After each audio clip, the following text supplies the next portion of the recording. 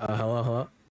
Sorry, the music just cut itself off. What the hell happened? Oh my god, Monamy's not even working. Oh my god, no. Hi, Meffy. Hi. Oh shit. Oh yeah. What the hell just happened? The music was working just right before. What the fuck? Sorry, I'm just gonna check a couple of things. This is weird. Yeah, that's right. It's not being piped through there. That's great. Okay then. Do this. Yep. Okay. All right, we're good. Except the music's way too loud. There we go. All right. Hello, hello, everybody. All you lovely people. Hopefully everyone's doing well. It's a very nice Saturday evening for me right now. Probably Sunday morning for some of you who are watching. But that's okay. Very nice to see you all again. You know, life has been busy. Almost done. Almost done with this hellscape of a rotation. And therefore this hellscape of a year. You know. Claps in the chat. Thank you very much. But... also, I'm not showing the chat. I'm fucking stupid. There we go. Let's fix that. What is this? Oh, right. Okay. So... hopefully everyone's doing well. Sorry, I just gotta get my speaking voice going because I haven't spoken. I've been having allergies. So if you hear me sniffling, then that's because I have allergies and they fucking suck. So, yeah. You might hear me doing that throughout the entire stream. That's okay, though, because that's how I roll. Yeah. Anyways, so I hope you guys enjoyed the stream with Nep last week. And again, Nep did say that she isn't really going to be streaming much in the next few months due to some issues. So I really wish the best for her at this time because, you know, mental health is not something to joke about for sure.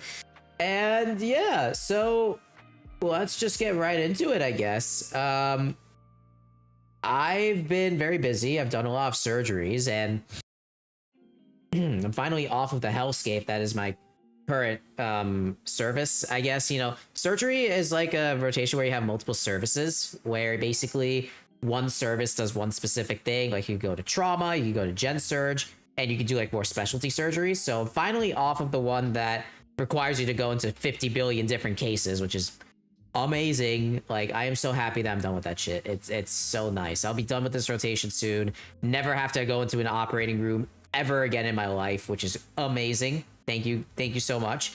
But yeah, there are a few things I do want to do today, and actually I don't even have my iPad with me. I'm so disorganized, guys. I'm so sorry. Yeah, there's quite a few things I do want to do today. One of them is play a game with you guys from my Game Boy because that should be so much fun. But I'm gonna explain exactly what I'm doing. There's also a few other things I'd like to talk about regarding some, you know, draft specifications of IP addresses, which is very interesting. So let's see. Also, you guys have a lot of people have been viewing my shorts on TikTok, which is pretty fucking cool, and they, you know, have been giving me a lot of constructive comments and criticism and whatever. So I'm really interested in that. But let's see. Oh god, I still have the fucking monkey type study pinned on my Twitter. Oh lord, I gotta take that down. We already went over the monkey type study in the last stream that I had here. Hopefully, you know, next week we can have a much longer stream or maybe a couple days of stream because that should be pretty fun. Oh my god. And again, if I end the stream early, it's probably because my allergies are acting up so much that I'm just like, fuck this, I'm done. Oh god. Alright. Let me just continue setting up here. I guess while I finish setting everything up, I'm gonna run the ads right now because everybody fucking hates ads. They're terrible. So let me just run them real quick. Alright. Run the ad. And what I'm gonna do is I'm gonna get my... Alright. what I'm gonna do is I'm just gonna get my iPad and then we can start talking about the stuff I want to talk about. I'll be right back.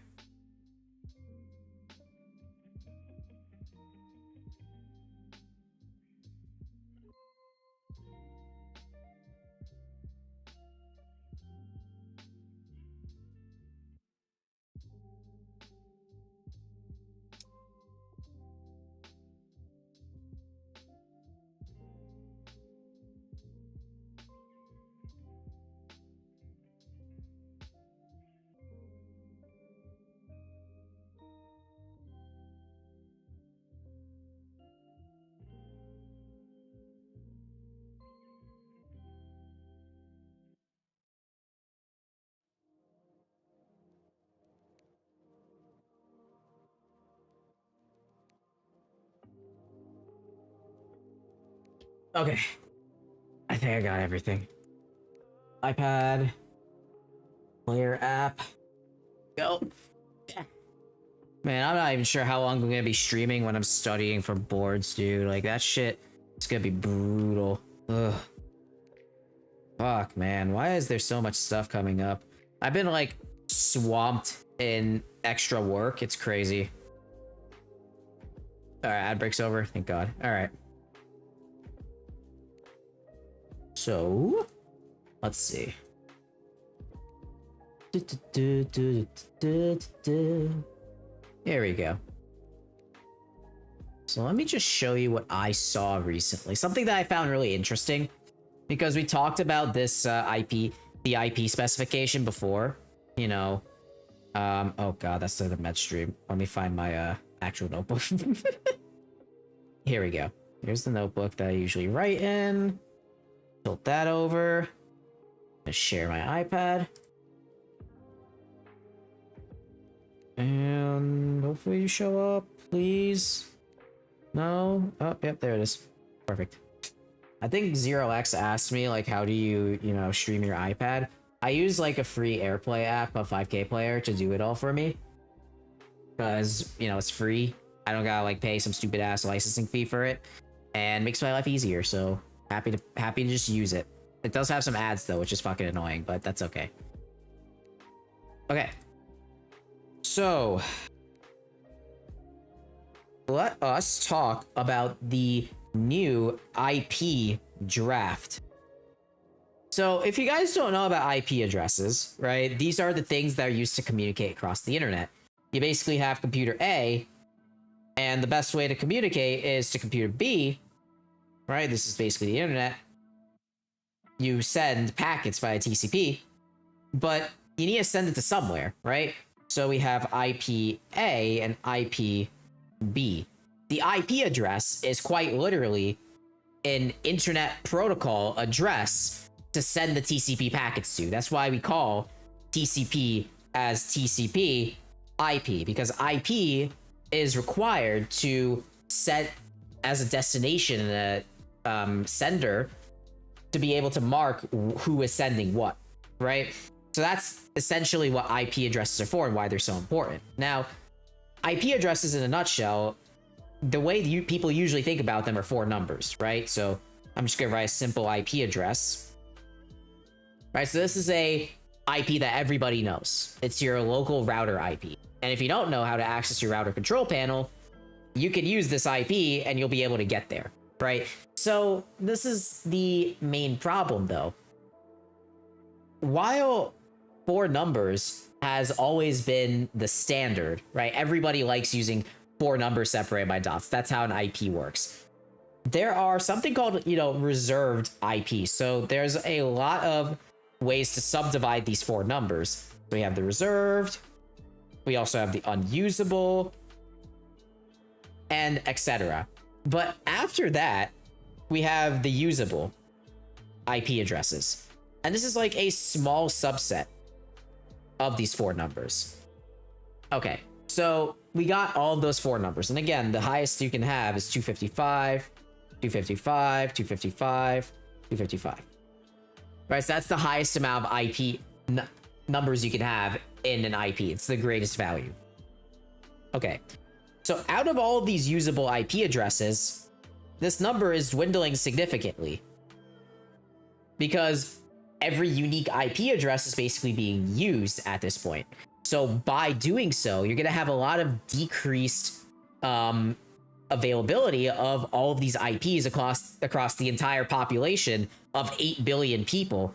All of these usable IP addresses cannot support 8 billion people through math alone, right? So this is when we call this the IPv4 address. It's basically 4 letters, version 4, right? Then we added IPv6, and I did talk about this in a different stream. So rather than, using just straight numbers, it uses letters like F1, D6, D397, 389, and then so on and so forth until you get to the 6th letter, which is A. So something like this, right? My ISP refused to provide IPv6 since 15 years ago. Nowadays, due to harder censorship and filtering, it's even less encouraged to be added. Harder censorship and filtering. Oh, you mean just in general? Okay, yeah, that's fair. So IPv6 is like this new specification that allows for not just more permutations, but also the inclusion of letters in addition to numbers in an IP address, right? But the problem is that this looks super complicated compared to this, right? 4 numbers looks way prettier and way easier to remember. This random string is hard to remember. And that's the thing, right? It's really simple to use an IPv6 address to communicate across computers because, it's a computer. It's able just to parse a random string of letters just fine. But when it comes to human remembering, this 4-number system is much easier to remember than this 6 God knows what system. Writing is a chore. Exactly. You have to write this down somewhere. Like, hey, what's the IP? Let me write it down for my Minecraft server. Here's the IP. It totally works, guys. No, it doesn't fucking work. Because, you probably misspelled a letter or something. You use fucking B instead of A when you tried to do IPv6. It's really difficult. I mean, to be fair, you could copy and paste the IPv6 address, but still, you know what I'm saying, right? It's just that it becomes really difficult to write this stuff down. So let me I guess we could go on a little tangent here. Let's take a look at the IPv6 adoption. I took a look at this in a previous stream, as I said before. But let's see. So IPv6 adoption. Here we go. So Google. Perfect. So Google collects statistics of IPv6 adoption on the internet on an ongoing basis. We hope that publishing this information will help ISPs, website owners, and policymakers as the industry rolls out IPv6. Okay, so you can see right here that as the years went by, IPv6 has been adopted way more to the point where 45% of the world has IPv6 existing, right? And I believe there's a map. Yes, right here. So there's this per country IPv6 adoption, right? And let me zoom in here because you guys need to see this. I showed this before, but let's just show you guys what exactly is going on here. So you can see all of these areas have IPv6 adoption area. I was recently worked on adding your Gradsil network onto my device as a backup channel for my VDS in case it gets blocked by my country. And adding multiple IPv6 addresses in my firewall is genuinely annoying because, yeah, you don't, there's no really distinct IPv6 address from another IPv6 because they all look the same. While it does make security really, really fucking good, it's also really, really hard to remember. Next thing you know, we're going to be using IPv6 managers because we can't remember the damn addresses. I think it's a good thing in general, though, because we're solving the problem of not having fucking IP addresses anywhere. Or actually running out of them as the world population that accesses the internet grows. So let's just see how much adoption has changed based on the various countries. So we got Canada at 40%, the US with 54%, which is pretty good. Mexico at 53%. South America is actually doing pretty good for the most part. We got Brazil with 55%, Peru with 41%, Ecuador with 33%, Colombia with 19%, Argentina with 28.17%. And you can see here, as we go into Europe, we have the UK getting into the 50s. France is actually really high at 86%. Germany is also high. And then Greece is also high, which is interesting, right? Then we work our way into Asia, where you see Russia has like a huge adoption. Mongolia, for some reason, the fucking throat singing guys have 37%. Kazakhstan. Then we go to Pakistan. And India is surprising. India is pretty surprising. 74% are on IPv6 is crazy. Okay. You can see Vietnam has it. Malaysia has it. Even Japan, 57%. Pretty good, right? Like, I don't know. Where's Korea at? Am I dumb? Where's Korea on the map, guys? Is it at China? Oh, yeah, right here. So South Korea, North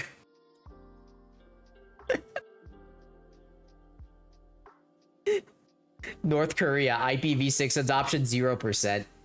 China, IPv6 adoption 4.66%. Oh, God. Then we got Turkmenistan, Iran, 8.27%. The entirety of Africa just doesn't have IPv6 in general, which is understandable considering that the internet infrastructure probably isn't the best there. New Zealand at 22%, Australia at 38%. IPv6 is also cool that devices don't end up behind NAT. Yeah, again, NAT just adds like a subnet in addition to the global IPv4 pool, which is nice, right? Because IPv6 has addresses to go around for years upon years. But the only problem is that, you know, it's just confusing as fuck. And I'm gonna get to the reason as to the thing to solve that in a bit. But yeah, so you can see here that IPv6 adoption has been pretty good. I mean, I still don't have it, right? It's pretty ass in my area. But it's pretty good. It's pretty good. People are working their way to making it work, you know? You can see a lot of the trends as to who wants to advance technology and who doesn't, right? I find this to be pretty interesting. All of these things coming together. Anyways. Oh, you can see the regions like this. That's pretty cool. But yeah, if you want to check it out, you can go to the web link here. And this just shows what the per country adoption is. Oh, wait. Hold on. Let me fix the capture here because I have the... where did I put you? Here. Yeah, there we go. To show that. I want to show the URL bar. Okay. So yeah. Pretty nice. Pretty nice. Okay. So that's IPv6 in a nutshell. But we're going to go over the next thing. IPv8. You guys are looking for IPv8? I was watching this map a couple of days ago and the IPv8 news appeared pretty cool. Yeah. So this is IPv8 now. This is a new proposal. And rather than using IPv6's, you know, letters and numbers, we're using IPv4, but just doubling it. So it says right here, IPv8 is a proposal draft. It's 64 bits. IPv6 is 128. IPv4 is 32. So the thing with bit sizes is that, you know, it's best explained when you do stuff like C++. Basically, you have a number, like to put it simply, bit sizes are basically you have a number all the way at the top end that is the furthest limit that the bit size can handle, right? It's supposed to fill 32 bits of that number. And again, there's a whole explanation as to what a bit, a byte, etc. is. But a 32-bit number goes all the way to that finite value. And once you hit that finite value, you're going to get an overflow, or you're going to get a reset to 0. This is why the Unix epoch time is facing a bit of a crisis because it was initially created in 32-bit computing. However, nowadays, if we use a 64-bit number, then it should be fine for the epoch. But that was always a huge problem because we are approaching that limit. And at some point, we're going to have to reset. And again, the Unix epoch is used for so much in programming that, especially to measure time, like as a timestamp. So we need a way to handle that, but I'm getting off track here. So by being 64-bit, there's a much higher limit to what can be hit as the highest number. Okay. And IPv6 is 128 bits because it's very, very complicated and has a lot of shit in it. And IPv4 is 32. Okay. So IPv4 is a subset of IPv8. An IPv8 address with r.r.r.r.0.0.0.0 is an IPv4 address. No existing device, application, or network requires modification to participate in IPv8. Also interesting that every manageable element is authorized to serve from a local cache. Everyone at IPv8 was like, what do you mean OAuth is being used? That's a great question. That is a really good question. Let's just look at the original abstract here. So IPv8 is a managed network protocol suite that transforms how networks of every scale from home networks to global internet is operated, yada, yada, yada. Every manageable element is secured via JWT tokens. Every service a device requires is delivered in a DHCP8 least response. Every packet, okay, so everything is 8 related. IPv4 is a subset, so IPv8 also resolves IPv4. Okay. So let's just go over what exactly this is supposed to be in very, very simplified terms, because it's kind of stupid to go into the deep here. I could just take a quick look at the deep, but IPv8, rather than IPv6 with its, oh god, hello tablet, do you want to work? Yeah. Unlike IPv6 with this bullshit, IPv8 changes things. Let's just say we have the same IPv4 addresses before, right? 192.168.1.1. An IPv8 address will make this bigger, right? So 0.0.0.0 dot, this is the exact same as this. So this is a huge advantage over IPv6, right? While IPv6 is a whole new system that looks like this, V8 just adds on top of V4, making the ability to upgrade to V8 so much easier than redefining your entire network for it, right? And let's just see what exactly this is supposed to be in terms of each number. All right, IPv8. Boop. All right, perfect. So what is the deal here? Just gonna scroll. I haven't looked at this at all, by the way. Okay, here we go. Structure. Perfect. All right, I'm gonna zoom in here. It's like ICQ all over again. Cool people have 4 numbers and everyone else gets longer ones. Yeah, that makes sense.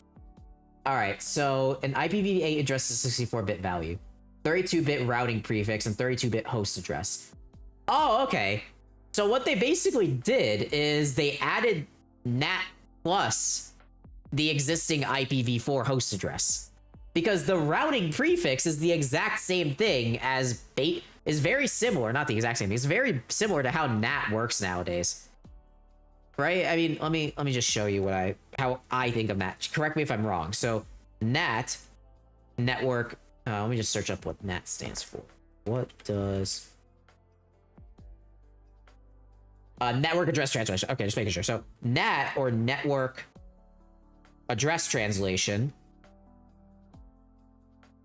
is a way to basically, you have your router and it assigns a lease of IP addresses to devices, right? And then the router then translates this to the public IP. So a NAT is basically an IP address pool within an IP address pool. So here's the global pool. And here's the local pool. The router is able to translate packets from the global pool to the local pool and distribute it to the appropriate internal IP address. That's essentially what NAT is. What IPv8 has done is they took NAT and they tossed it into the actual specification. So this routing prefix here is basically saying, where do I want to go once I reach the host address, right? Just correct me if I'm wrong when I say this, but that's what I believe is going on here. And when you do an IPv4 representation to an address that already has it, an address that doesn't need routing, then you're basically saying, hey, here's the address. We don't need any routing. Just let the box do whatever it needs to do. So that's what I believe it makes sense. Internal zones, that's the local host, right? So 127xxx. Okay, cool. Oh, and I guess they say which region goes where. Okay, I guess since there's no new regions popping up anytime soon, that's fine. And then everything else is kind of just useless. I mean, this isn't necessary. Oh, here we go. Internal devices, intercompany, interior router banks, public services. Okay. This is all stuff we don't really need to worry about, honestly. Okay, got it. That's not too bad, right? So NAT really isn't a thing with IPv8 because there's so many, because they already have it inbuilt, so you don't need to add anything on top of it, just like IPv6. I guess this is pretty good for adoption, right? Because, you know, V8 can be further adopted into as time goes on without the need for deprecating V4 because, you know, V4 works with V8. So it blends the legacy cruft with the brand new and shiny thing. And it also creates like a happy medium because IPv8 is 64 bits, IPv6 is 128 bits, but IPv4 is only 32-bit in terms of how long things go, which is pretty fucking helpful. Imagine how much money's have to be invested in supporting it. I think there's a lot of money in this. Yeah, I agree. Like, there's most definitely a lot of money in this thing. That makes a lot of sense, actually. But yeah, I mean, let me just... I actually am curious now. What are the IPv4 groups? Let's see. Here we go. Classes. Beautiful. All right, so public and private address range. Class A addresses are for networks that are with a large number of total hosts. A Class A allows for 126 networks by using the first octet. The first bit is always 0. The remaining 7 bits complete the network ID. The 24 bits represents the host ID. Okay, so privates, specials, and so... Okay, so these right here, Class A, are the IPs... Okay, these are the IP addresses that you see on your routers, for example. Right, so that's what it would look like. All right, so public IPs start from here. So 1 to 126. And then privates are 10, and then all the way up to 255. Anything special, like your local host, is using the 127 prefix. Subnet, don't worry about that. That's fine. All right, Class B. Class B addresses are for medium to large size networks. So from 128 to 191. And then the private, instead of 127, uses 172. So this is more for enterprise stuff. This Class A is for just your average your average household. Okay. So then we got the Class C. So now we got 192. So this is with your router, right? This is with your computer for Class A. Class C is with your router. Class B is for more small enterprise things. Okay, so 192 to 223. Private IP is 192. All right. Then Class D is used for multicasting. That's useless. And then Class E is not available for general use. Is reserved for research purposes. So let's just go over the classes of IP addresses that are currently available to consumers, right? All right. So we got A, which we said previously is from 1 to 127. So for example, 127.0.0.1 is a Class A address, and this usually points to your local computer. It's a loopback address, right? Then we have Class B, which is from 128 to 191, and this is enterprise data center. So this is something like 128.0.1.10. That would be a data center IP. Okay. Then we have Class C, which is what you see on your router. So that is 192 to 253. So we could see 192, 168, which is usually where your router is. All right. Class D is useless. Who fucking cares? And Class E is the research section. So that would be a 240, 255. So 240.1.10.18. That's an example of a research IP address. For research for what? I have no fucking idea. But those are some special addresses. Those are all the basic types of addresses. And again, there are more special ones right here. Right? So you can see there's more that are taken up. And yeah, that's pretty much all about IPv4. And basically, the pool of addresses that we have to worry about are really here. And the ones that consumers have to worry about are these two. That basically causes the issues that we're seeing right now because we're starting to run out of these reserved IPs for consumers. So yeah, that's pretty much IPv8. Really wanted to talk about it. Nothing too crazy, nothing too interesting, I'd say. I mean, it's just mainly of a network thing. I just found this randomly. I'm like, ooh, this sounds fun to talk about on stream. So I'm like, you know what? Let's talk about it on stream. Right, guys? Anyways. I gotta crack open a drink.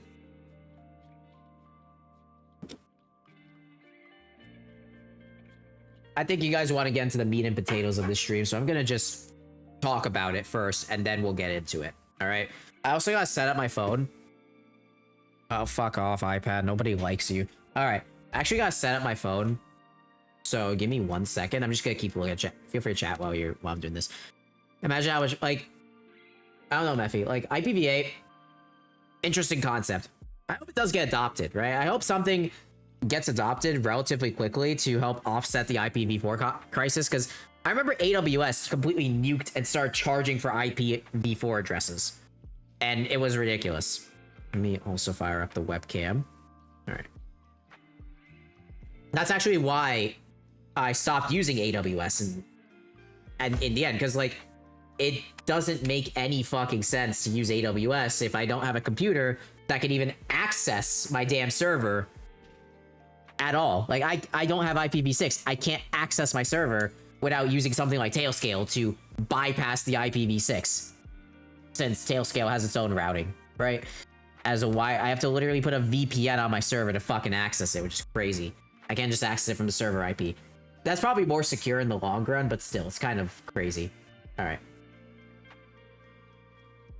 So, let's just show you guys what I was gonna show you. 1 second. There we go. Hello, Handcam. What's up, guys? Hi. So, we have my Game Boy, all right? This bad boy we modded a couple months ago. Very nice thing. However, there's a small problem.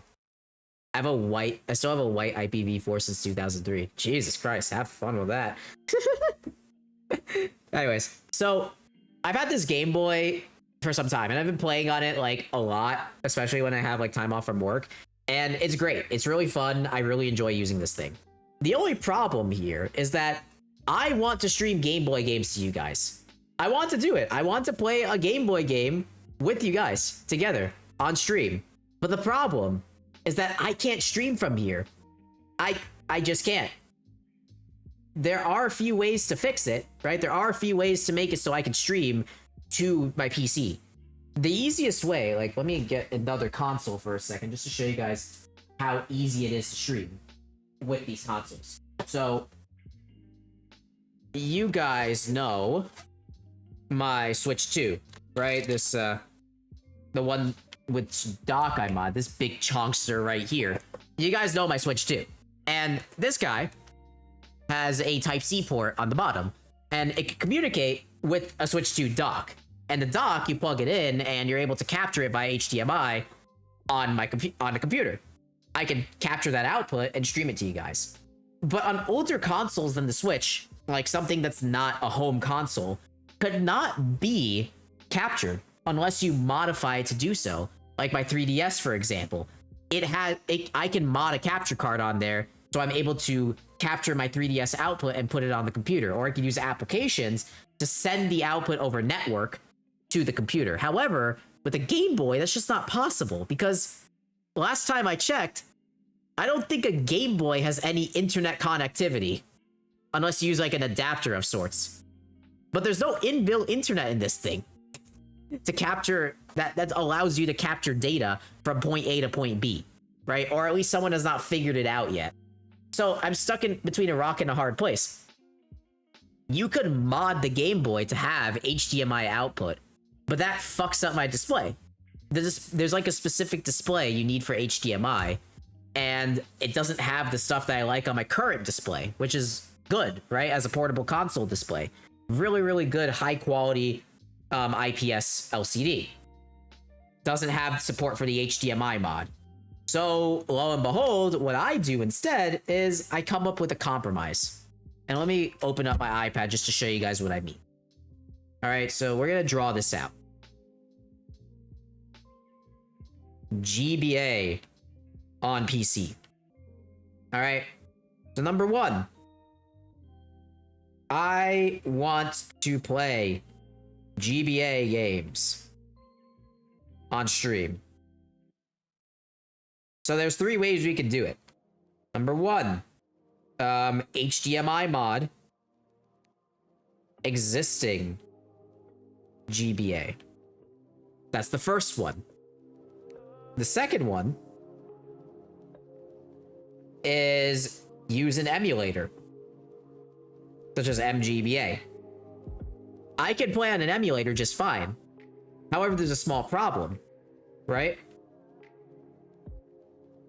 How am I going to control the thing? I have a native fucking Game Boy. Oops. I have a native Game Boy right here. I want to control the fucking game using this thing. I want to play on my Game Boy and see it on the screen. And then for number one, it's the money and display sacrifice. Like, I'm literally sacrificing my existing display just so I could have an HDMI port. And then the third, so that made me come up with a third option. What if we take an emulator and we just pair the GBA as a USB controller? Surely if there is a port here, we can push the button presses from the GBA to the emulator, right? I mean, that makes sense. It should be possible, and it is. It actually is possible to make a Game Boy Advance work like a USB controller, and it's pretty fucking sick. So it requires a microcontroller to translate the outputs from the Game Boys. Ooh, Monami, you fell out. To translate the inputs from the Game Boy's link cable. So the link cable connects to the Pico, which connects to my PC, and this is able to translate the inputs into an Xbox 360 controller. So you have the, I'm gonna flip it open here. You have the A button, the B button, the D-pad, start, select. All of those buttons work on this somewhat mod, which is pretty cool. All right, we got an ad break. I'm gonna run it real quick, but then I'll talk more as to where I found the mod and how to make it work in a sec. Anyways, I mean, hopefully you guys like the look of that mod. I don't know, I find it pretty cool. Find it pretty interesting, right? I mean, I never worked with a microcontroller until today. I mean, not today, I mean, until the past week. Because I was, you know, messing with this mod recently and trying to figure out how it works. So, yeah.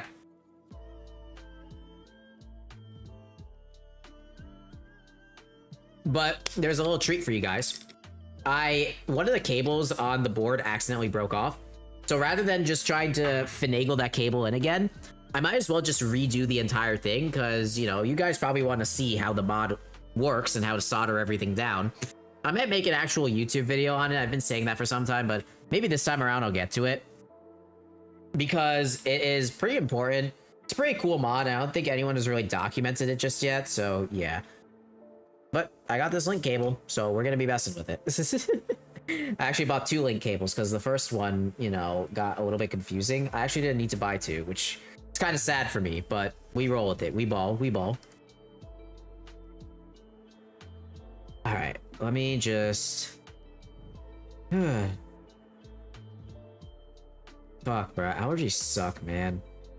Like, why are allergies such a pain in the ass to deal with?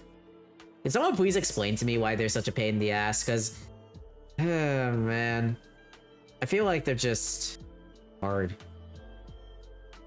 Like, especially when the flowers start blooming. Okay, ad break's over.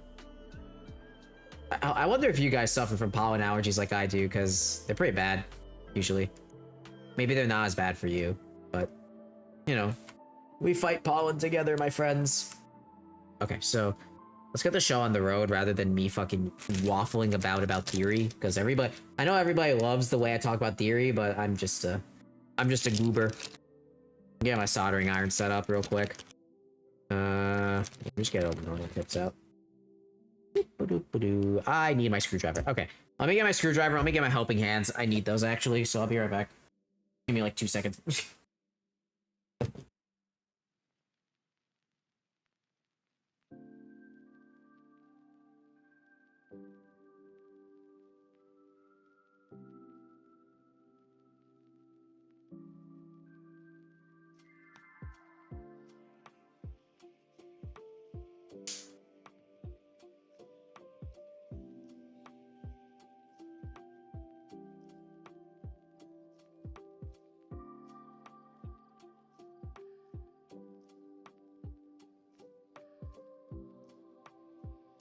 Okay. Back. Let's see here. Let's see here. Make out of the way. This way. Just my mic to enable something so that the vent doesn't come through. Second.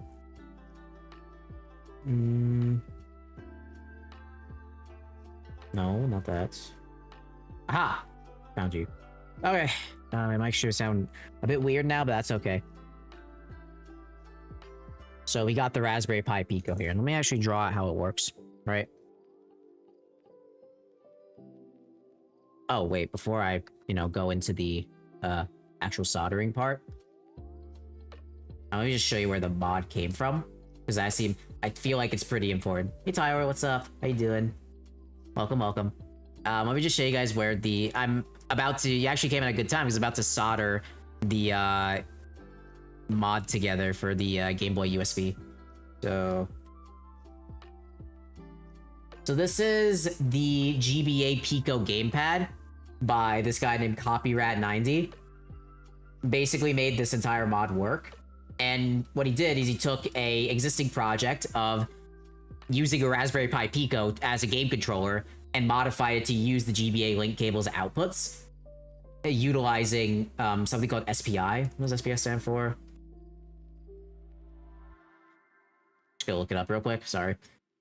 Oh, serial interface. Okay, yeah. Using the link cable serial interface to control a different console. That's pretty cool. And this is like the whole guide about it. I'm gonna make a fork of this because I did add some extra enhancements for my own liking. Mainly vibe coded them, so I need to clean them up. But yeah, there's a bunch of shit here. So let's go ahead and let me just draw out exactly how this works.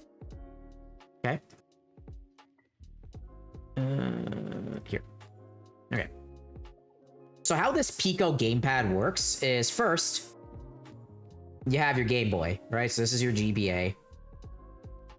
And the GBA communicates with the Pico. And it communicates through its ports, GPIO pins, right? So there's 4 wires here. This is the link cable.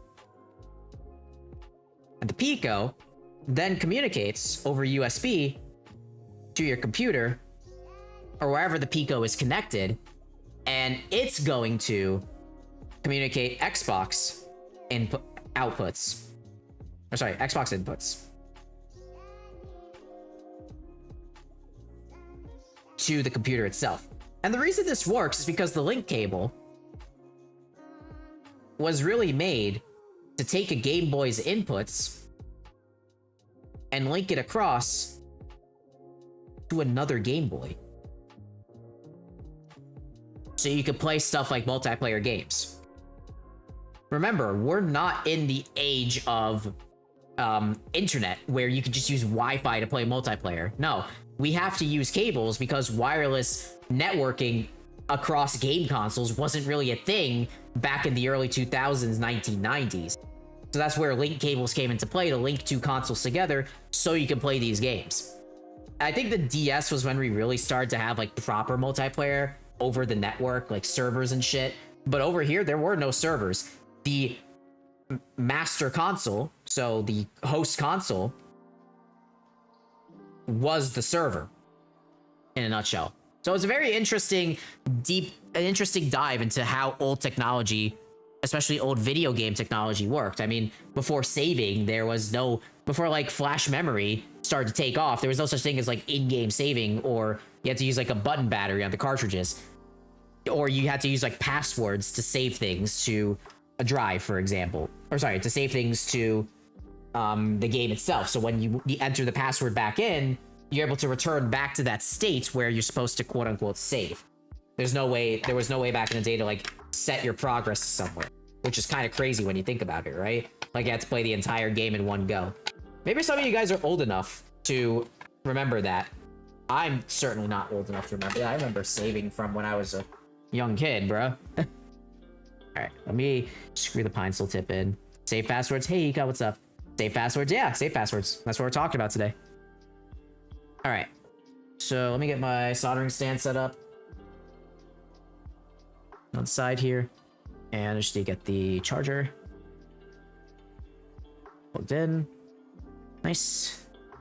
Okay, so what we need to do, I need to cut this link cable.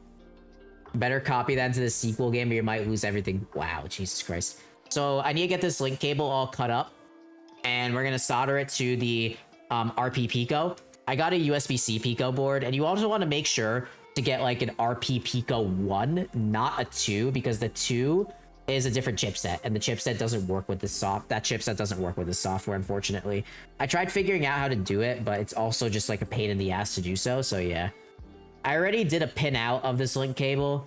Again, if you get your own link cable, do your own pin out. It's really easy, and it saves you a lot of time, but I know what the pin out is, so I'm just gonna do it myself with the soldering.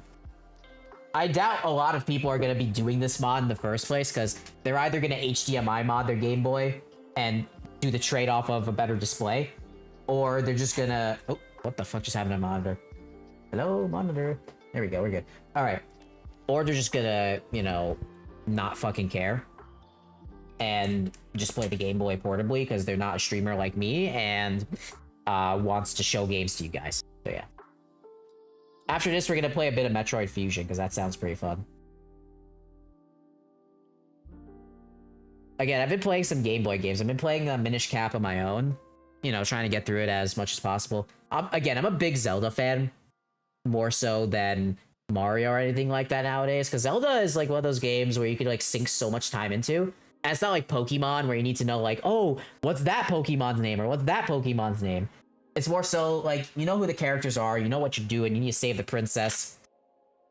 And you just go on puzzles and dungeons and shit, it's really fun. That's why I like Zelda.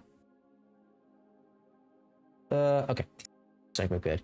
I know the Game Boy games didn't really have save passwords. Like, they had the button battery internal save.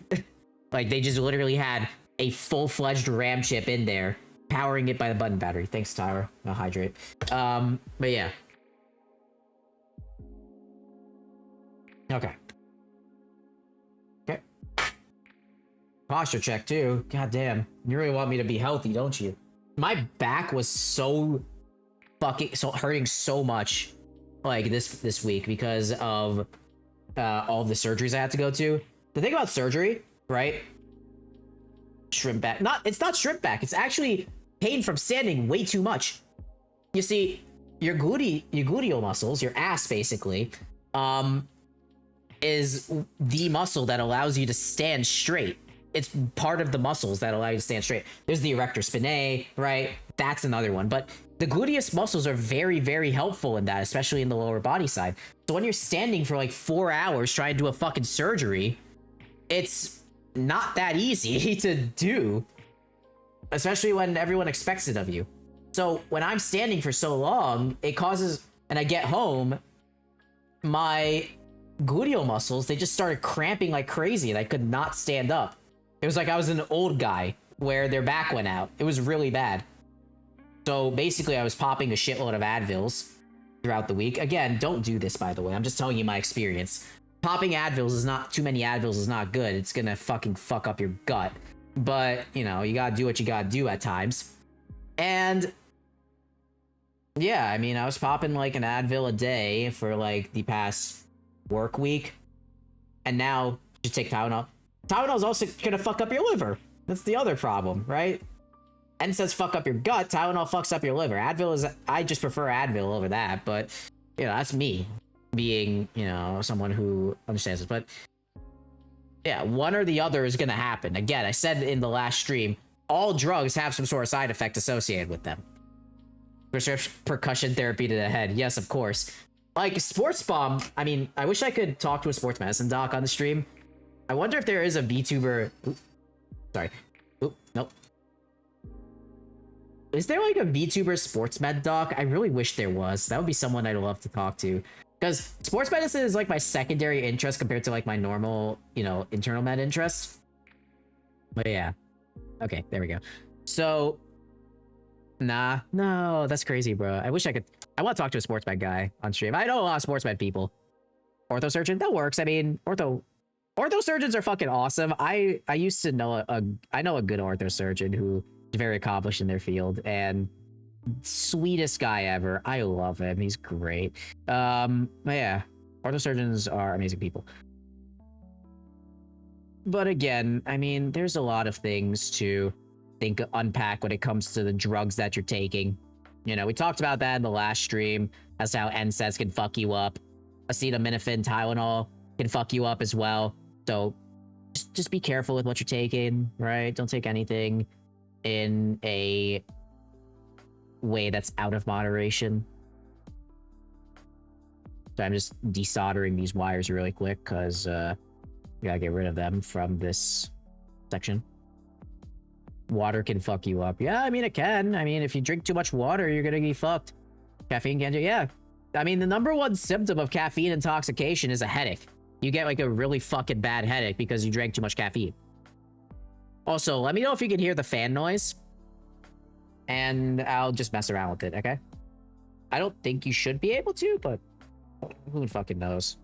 This thing is loud. Alright, let's see. I can't? Good. Alright, because before it was... You're able to hear it with my, mic. I added a few changes to it, so you wouldn't be able to. That's good that you can't hear it anymore. Cool. Those can be removed. Okay.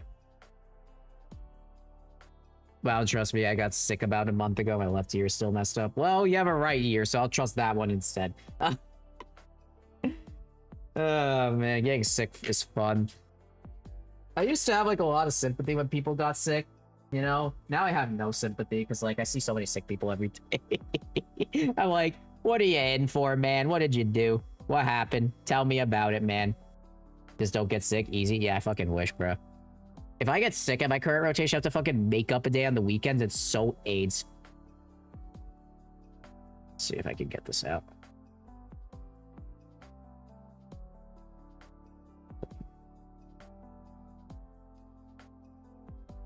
Yep, there it is. Okay, got the wires out.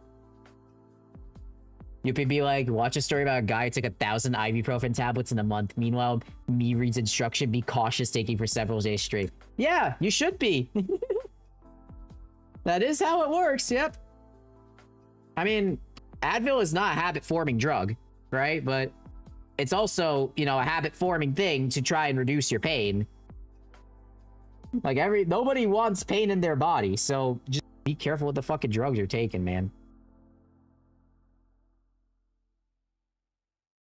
Ah, I missed it. Come on. Come on, buddy. Yeah, got it. Okay. Your hearing has left you partially. Damn. Insulting Maddie like that is crazy work. Tell that to the masochist of the Dr. World Infectious Disease. Again, as I say, do as I say, not as I do when it comes to stuff I've been doing in the fucking hospital. Alright, let me clean this up. This fucking black shit gets all over. The fucking soldering iron gets really annoying.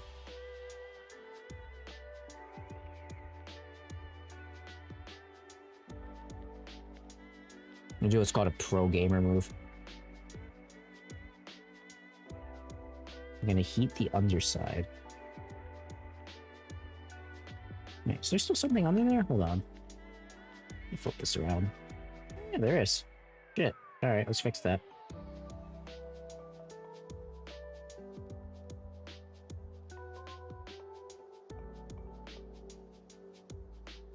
So I'm gonna be a little bit focused here. Okay. Yeah, there we go. Got it out. All right. Perfect. Got that wire out. Examine. We still have some solder we need to clean, but that's okay. Okay, we're not out of the woods yet. Sorry, let me just, come on, focus. Fuck, do I gotta stand, really? Me. There we go. That should be better. Hopefully it's better. I don't know for sure. Where's the last wire piece here? Get that off. Perfect. Alright, cool. Perfecto. Oh, yeah.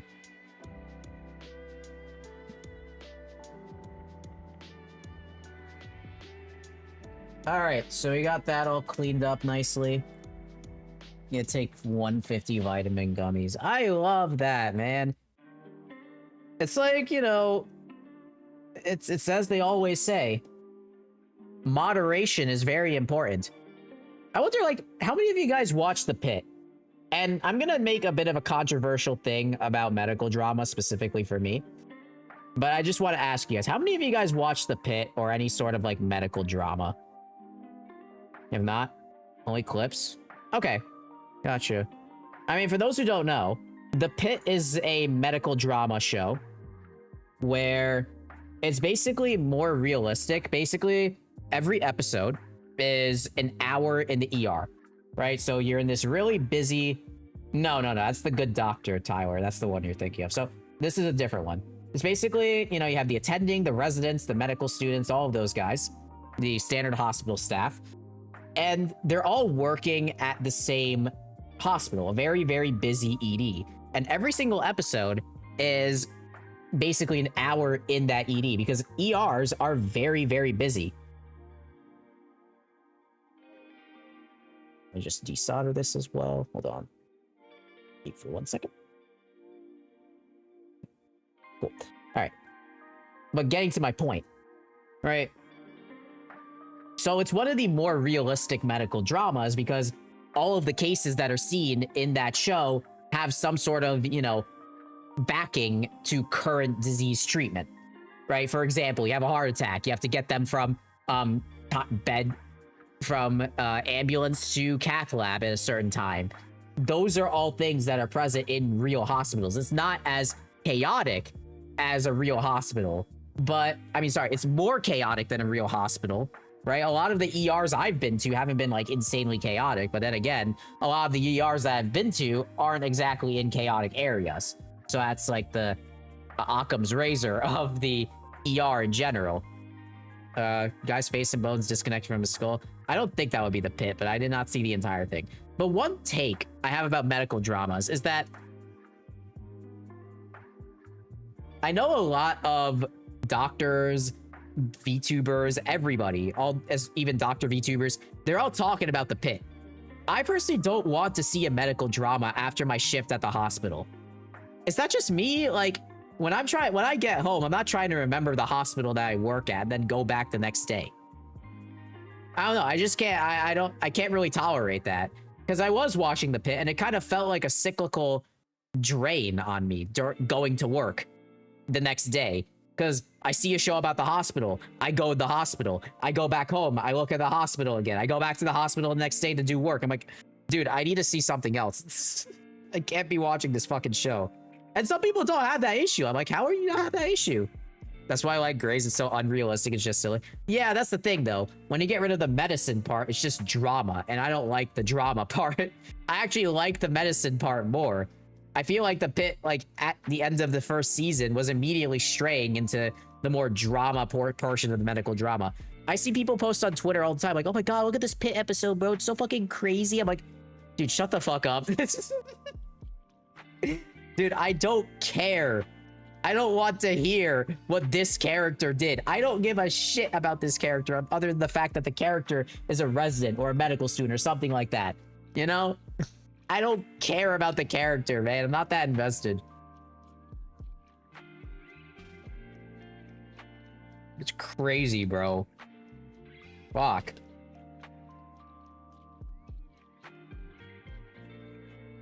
People have opinions. I don't know why. I mean, I get it. Like, you know, you're a doctor, right? You could have opinions. It's a fucking show, man, at the end of the day. Does it have to be medically accurate? No, it doesn't. Do you have to watch it if you're in the medical field? No, you don't. People are going to ask you about in the hospital, like, oh, did you see the pit? Did you see the pit? I'm like, no, I didn't watch it. I'm not trying to think about the hospital when I'm off fucking work. I'm talking about lay people. Oh, lay people. Well, lay people could have whatever the fuck opinions they want, bro.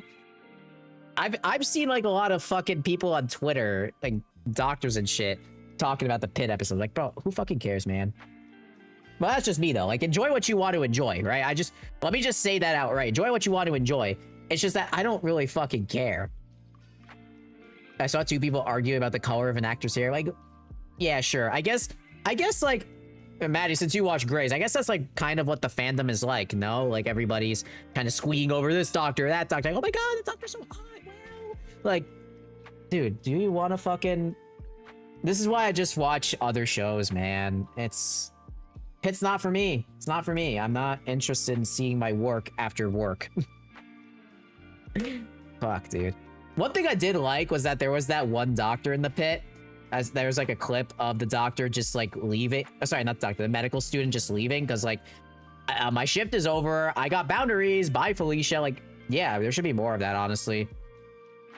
I dipped out once they brought ableism into Discord. Yeah, happens.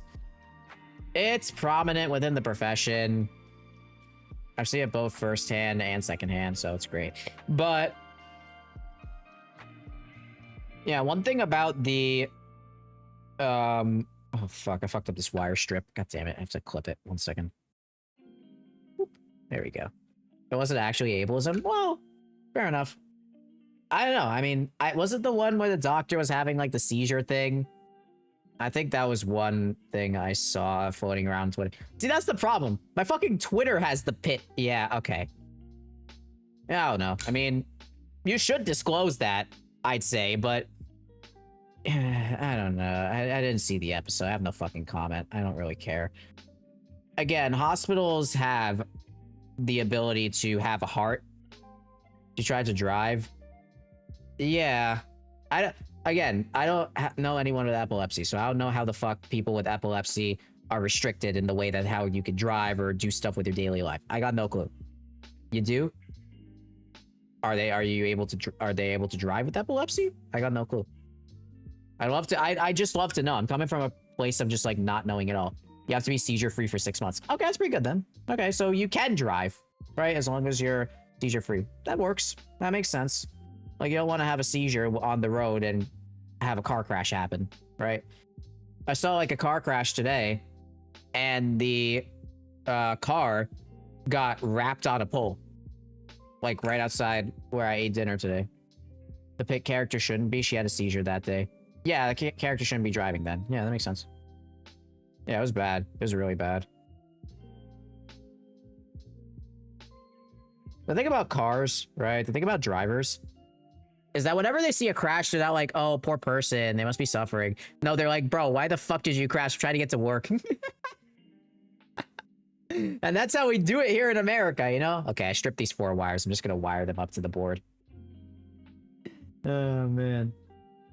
Yeah, drivers got no empathy, and that's okay. That's okay, because we're all trying to get somewhere. And when somebody does something fucking stupid, we feel bad for the person that got into the crash, but like, dude, why the fuck did that driver decide they could play Speed Racer on the fucking highway? Like, fuck you. All right. My IRL buddy has such bad epilepsy that even with 2 meds, he still has 1 to 2 seizures a day. Wow, that's crazy. 1 to 2 seizures is insane. I mean, epilepsy presents in all shapes and forms, man. Like, that's how... You also have, like, the standard triggers of epilepsy, right? Strobe lights, flashing things, but... You know, that just sucks. 1 to 2 seizures a day is not fun. I can say that for the least. Let me get the tweezers. His brain does not like it when he goes to sleep. Oh, man, that's terrible. Hopefully, it starts looking up is all I could say at that point, you know? I can't help it. I'm not a neurologist. I can't cure it, but all I could do is be sympathetic Or I guess empathetic. I don't fucking know which one is which. I guess I could be I should just be empathetic and be like, yo, hopefully things look up for you, you know?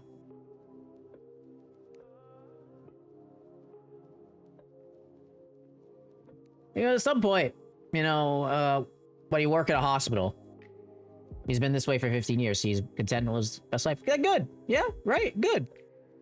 That's the good part with disability. You don't gotta be normal. I think I said this before when we talked about the accommodations thing. You don't gotta be normal.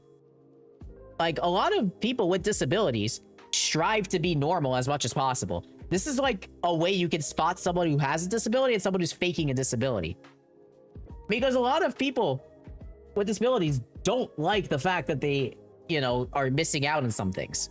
They try to be as normal as possible for the most part. And from what I've seen, right? From the populations I've worked with and everything. But for people who, you know, are trying to take advantage of the disability, it's kind of obvious to see that.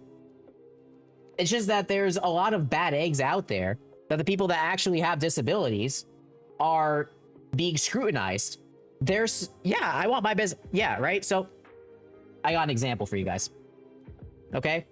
A lot of hospital systems, and it's not just the ones I've been to, a lot of hospital systems don't communicate. And unfortunately, and I feel like that might be a way, like in a lot of corporate structured businesses in general.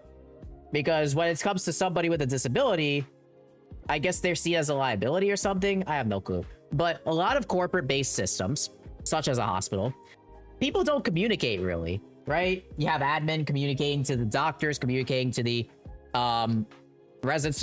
Like, your supervisor might not know that you have a disability. So basically, you gotta tell the administrator, you gotta tell your boss's boss, you gotta tell your boss, you gotta tell the person next to you, you gotta tell everybody about the fact that, oh yeah, I have seizures like every 2 minutes, by the way. It's fucking dehumanizing, man. It fucking sucks. Nobody likes to talk about their health conditions out in the open like that. Because, you know, it can cause trauma. And that's why I'm just consistently like, why the fuck are people not communicating properly internally that I don't have to fucking say the same shit that brings up trauma every single time I talk to someone? I won't unless I have knowledge. Yeah, right? Like, and it's like you're kind of walking on eggshells. You get in trouble for shit that you didn't even do. Like, what the fuck did I do? You know? And this is coming from experience. Oh, an ad break will be starting soon. Fuck you. Like, if someone thinks I'm having a stroke, bring my eye suddenly go. I don't know, man. Like, I understand that there are some really good people out there that try their hardest to understand those with a disability. And I love them. They're amazing. But there are others that just, you know, don't care. Which is fine. It's up to you. Right? That's how you live your life. But, you know, there are more and more people with diagnosable conditions of disabilities nowadays. And I think with, like, the crazy power structure of today's workplace, I feel like it's gotten worse than before as well. Like, with the crazy power grabs and structure of today's workplace, I feel like a lot of people are, you know, trying to get the max out, the most they can out of their disability. There are people alive who grew up with disability, people being locked away who wants to go back. Yeah, I don't know. Like, some people, yes, they do need mental help. Right? They do need mental health help in that sense. But I don't understand the locking up disability. Dude, like, if you got a disability, you have to understand that things aren't gonna be normal. You have to make a new normal for yourself. But it's also hard to chase, like, hey, I want to do things that the people who don't have the disability can do. I'm not talking about proper inpatient care long-term. Yeah, I know what you're talking about. I know what you're talking about. I do know what you're talking about. I'm just saying, like, that, you know, it's that some people do need it. Some people do need, like, that inpatient care. Nobody needs what was done before, right? That's fucking stupid. But there are tiers as to how to handle these things, and clamoring for that old way of handling stuff is not the way to do it. I'm just gonna say that right now. Fucking ridiculous. Like, I feel like we've grown as a society to not need to worry about that. I mean, just, you know, be fucking kind and courteous to people. That's all I say.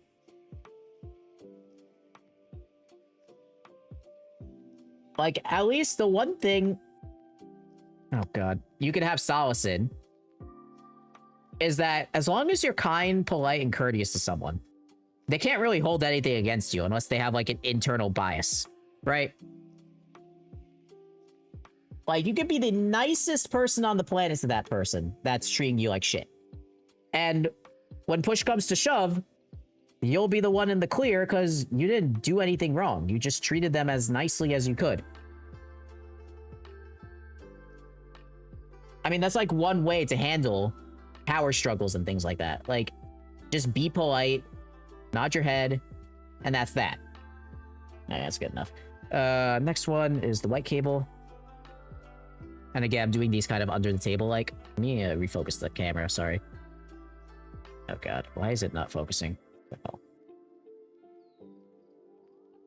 Hello, camera, do you want to work?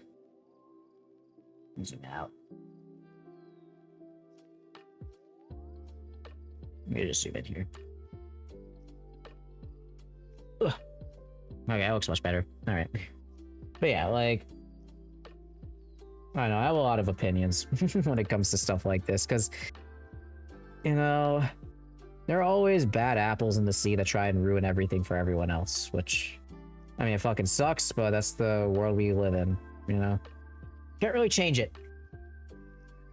Or can we?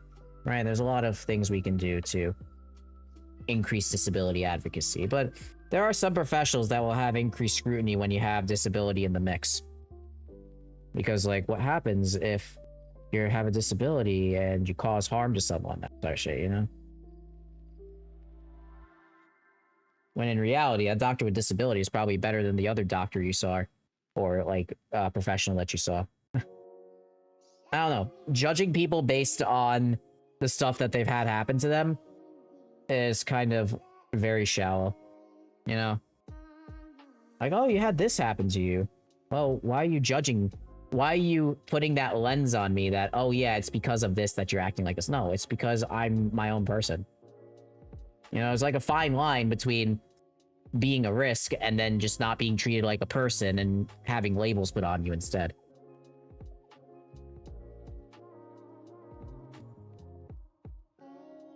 Oh, son of a bitch. I soldered the wrong pins. Fuck me. Damn it, Maddie. You got me talking way too much about disability shit. I soldered the wrong fucking pins. Oh, god damn it, man. Let me desolder these wires and I'll clean up the pins in a sec. Shit. Okay.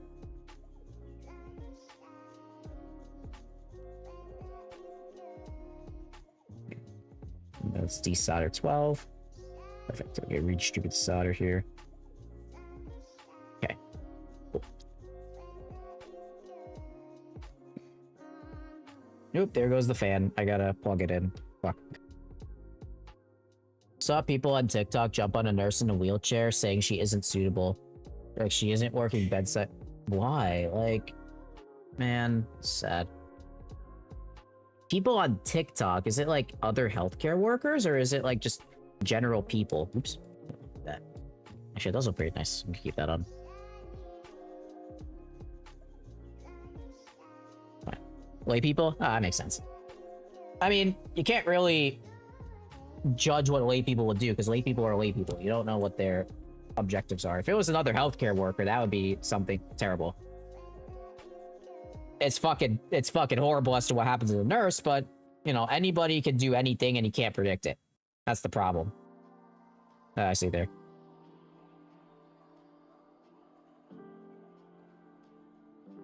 Should it be done? No. Is it a good thing it was not a healthcare worker and someone that they worked with? Or a colleague or a peer or something? Yes. You can ignore what fucking people say, man. I have people say stupid shit to me all the time regarding my own conditions. I just learn to ignore it and accept it as I am, but I also do believe that there is like a level of discrimination in a lot of places, especially for those with disabilities. Oh fuck, we got an ad break. Well, we can keep talking about this. I've seen that for situation in nursing up, but Jesus Christ, man, it's terrible.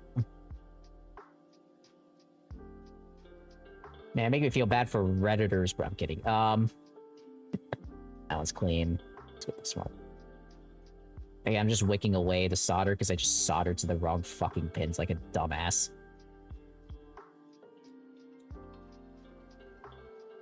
Again, as I stated, right? Disability should not be your whole identity. In my opinion, right? Like, yeah, you have it, but that does not make you your own person. I advocate strongly for those with disabilities who are working hard in fields trying to do well in them, because, like, you know, that's what you're trying to do in life. Life throws us curveballs. That's okay. Fuck, I gotta resolder this one. The sweet nursing student was trying to help her peer find custom gloves for him because missing a few fingers. Oh, that's sweet. That was really sweet.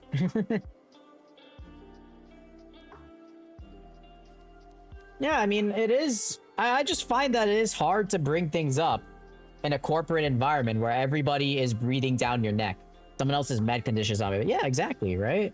Like, that's not my problem. I'm happy to help you, but it's not my business to ask you about your personal life because you probably got more shit to deal with than I do. And people don't really understand that. It's really impolite.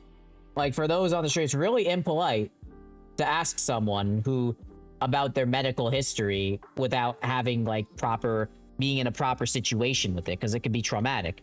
Very traumatic, even. And you might be thinking, like, oh, you're just soft. No, you're not. I mean, it's your medical history. It's your own private info.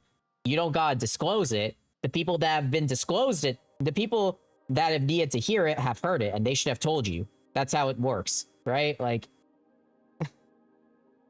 fucking ridiculous, man. This is why I hate corporate in general. I don't like corporate structured things. Maybe I'm weird. Maybe everybody just hates it anyway. You know? Oh, that came off nicely. Maybe realistically, everybody hates corporately structured things. It's just that nobody really complains about it because, like, it's giving them money and shit. So, yeah. Don't know anyone who likes it? Yeah, that's fair enough. I mean, I know the people who like it. The people that benefit from it are the people who like it. Let's be real here. Right? If you're benefiting from that structure, if you're making the money, if you're calling the shots, then you like it.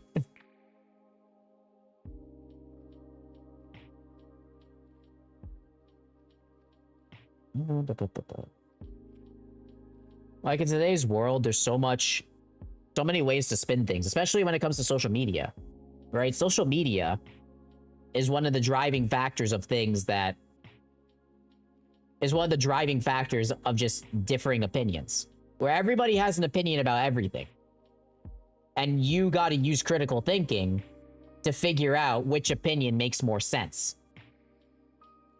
And that's honestly a good thing, right? When it comes to critical thinking, because you need to be able to figure out where your priorities lie, because that's what makes us human. We all have differing opinions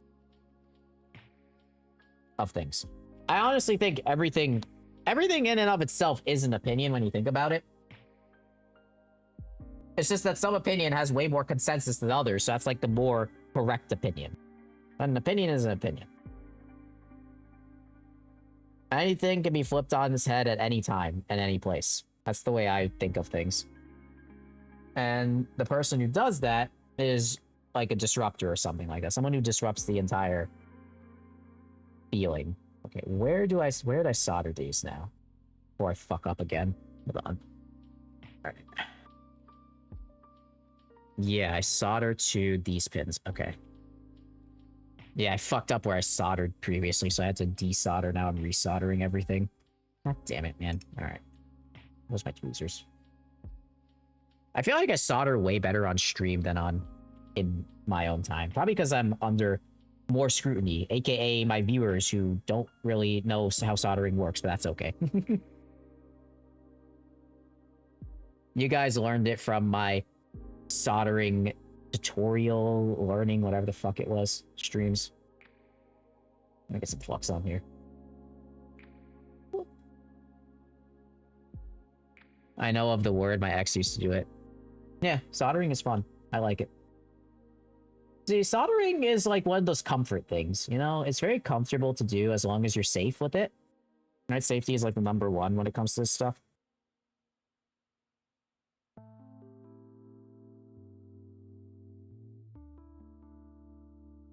Oh, good. That's in. Then I need 2. This wire needs to go in this ground slot. That. Okay.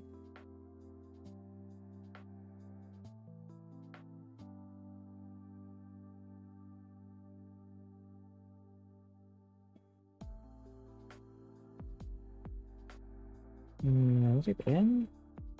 Yeah, okay, it's in. Okay, the next is the white wire. Just drag this a little closer. Oops. Okay. I'll loop this guy around.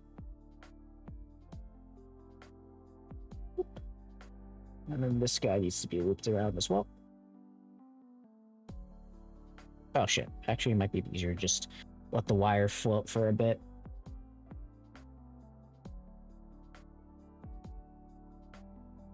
Get in.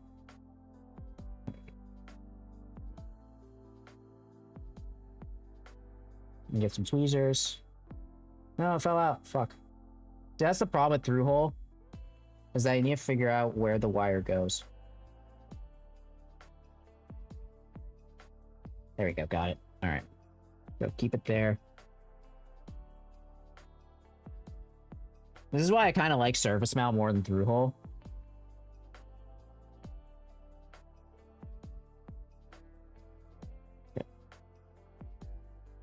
Just don't have wires? Yeah, I fucking wish, bro. Alright.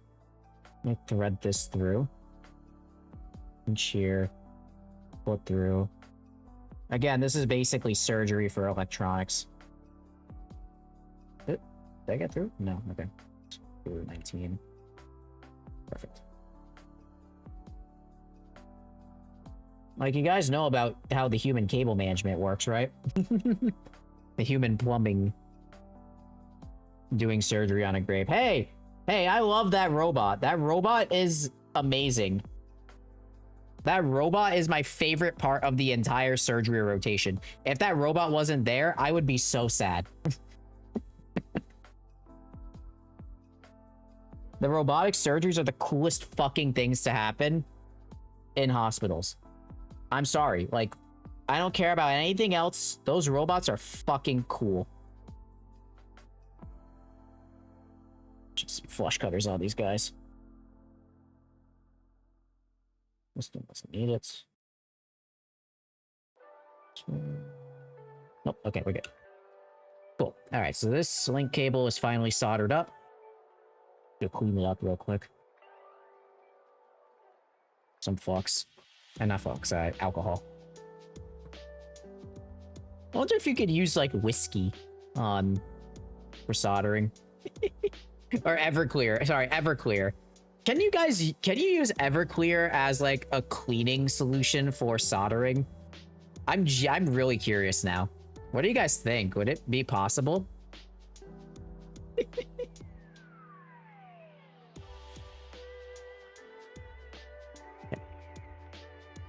Sweet.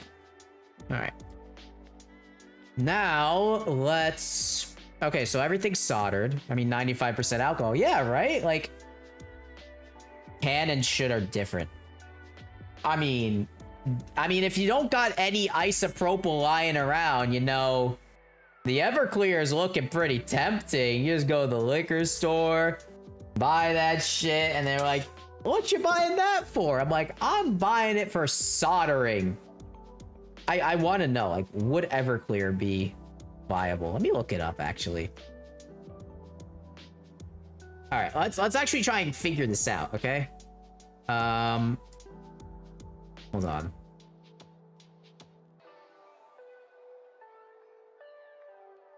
So how much percent alcohol is in Everclear? 95% alcohol by volume. Okay. Can you use Everclear as isopropyl or soldering. Cleaning circuits? Oh no, bro. Oh, you can. You can. Wait. What? Oh, here we go. R/stoner engineering. Wait, that's pretty cool. Got some extra leftover from moonshine and was curious if it worked okay for cleaning contacts for pens or vapes. Oh my god. Isopropyl alcohol for the wounds on the outside, Everclears for the wounds on the inside and outside.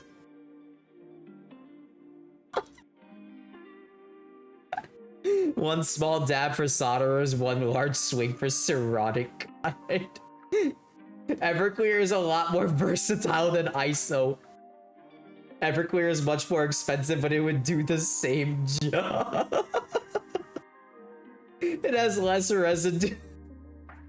I used to use leftover Everclear to clean my bongs. Oh my god. Wait, let me see. Is this stoner engineering trying to make weed? Oh my god, bro. This is all about weed. This is crazy. Yo, man. How many ways are there to smoke weed, bro? What the fuck?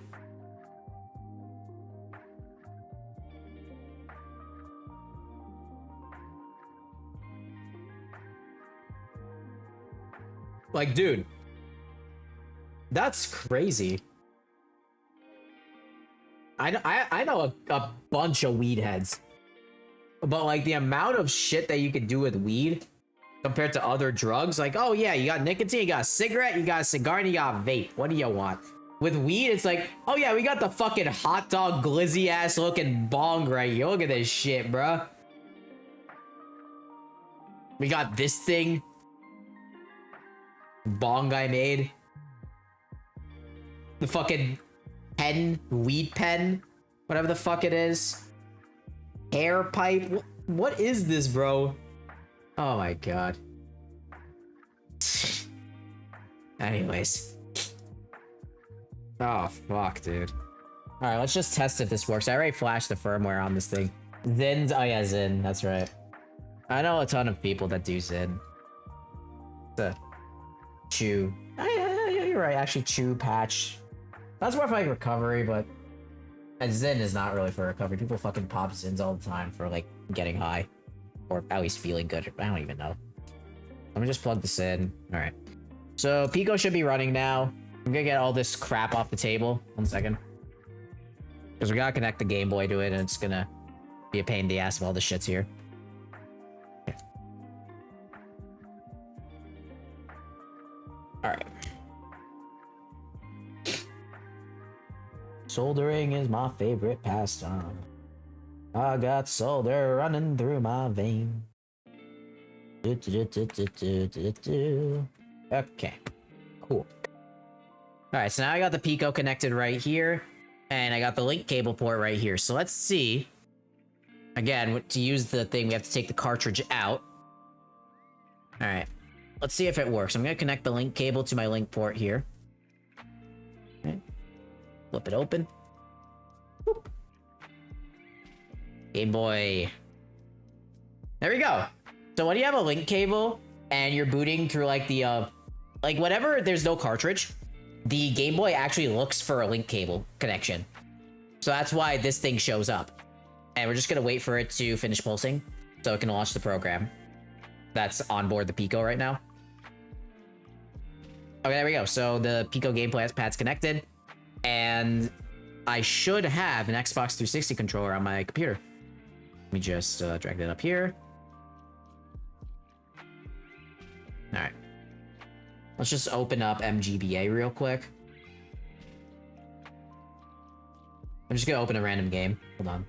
Oh, let's just use this tester program. That should work. Alright. Cool. So here's the button input test. You can see that... Oop, it's a little hard to see, sorry.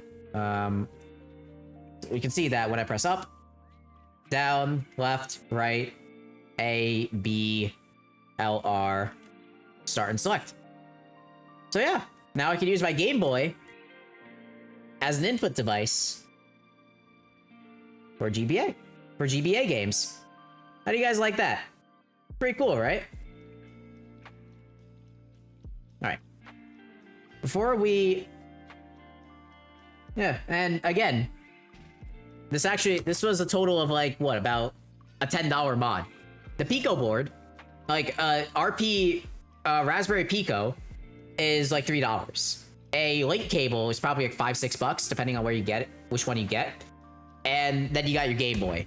So this is like a very cheap way to get Game Boy games working on your computer. Extremely cheap way, actually. This is probably the cheapest. Other than buying like a $70 fucking HDMI capture card. Sorry, capture board. And a new display, which is also like $60. Fucking insane. I mean, power to you if you want to do an HDMI mod.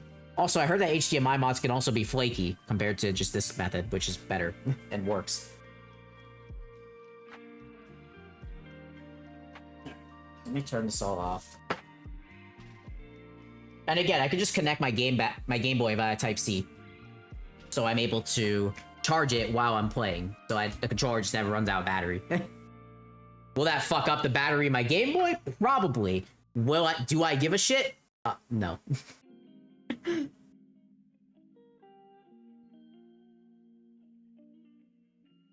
let's just clean all this up, though. Just so you can see the full results of this thing. Again, soldering is fucking amazing. Like, you do all of this shit. Again, you don't really need to solder for this. There are actually, if you want to shell out a few more dollars...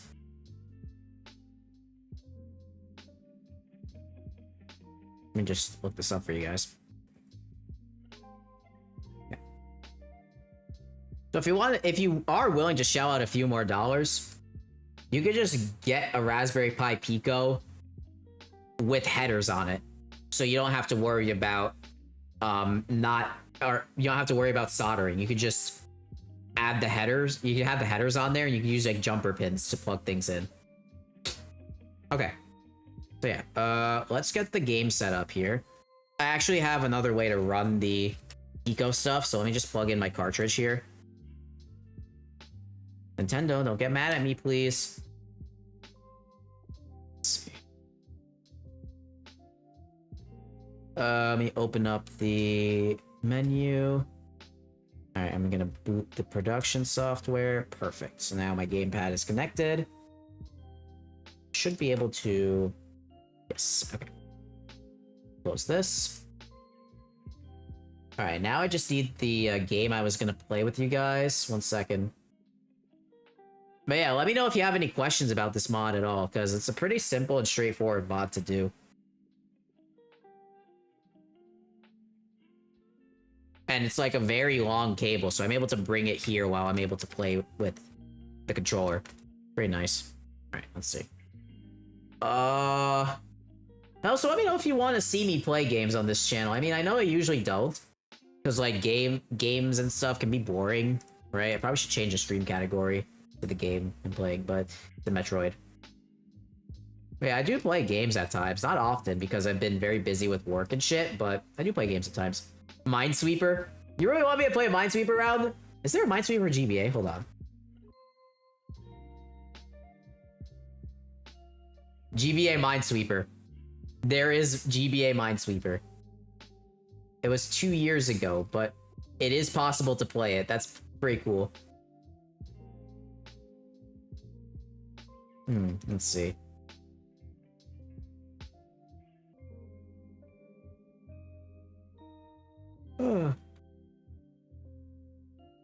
Minesweeper. I mean, but we're doing the GBA thing, man.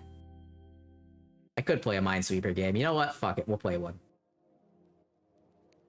I know kind of how to play the game. So when you see a 1, that means 1 in any direction there could be a bomb, right? Yeah.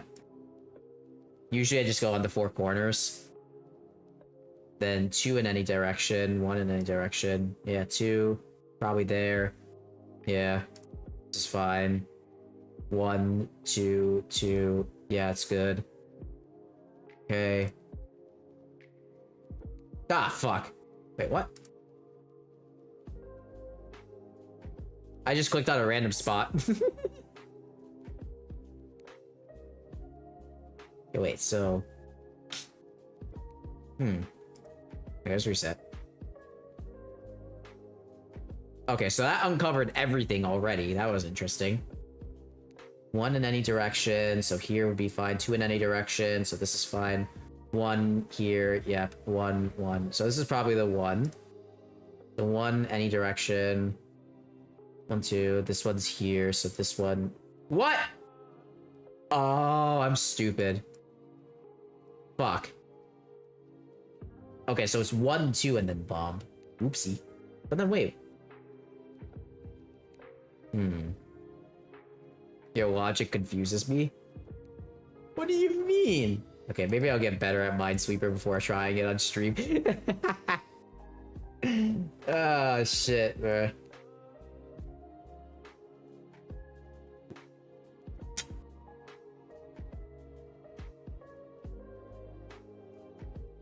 How do I see the full board is the question.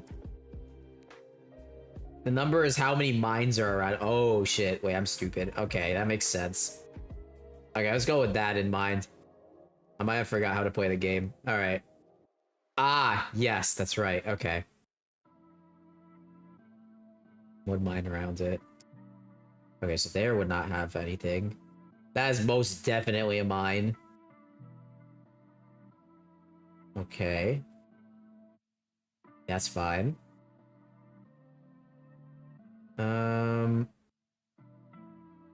Okay. 2 mines around here. 1 mine here somewhere. Oh, I got a big one. All right. Ah, shit. Okay, that's most... These two are definitely mines here. This is most definitely a mine. 2 mines around this one. 1 mine around this. So there's nothing here. Yeah, knew it. Okay. Have I not completed it yet? Okay. So that means that there's 1 mine around this guy, 1 mine around this guy. That one's probably fine. Yep, I was right. Okay. 1, 1, 1, 2. 2. That seems very scary. Oh, I was right. Okay, good. Fuck. All right.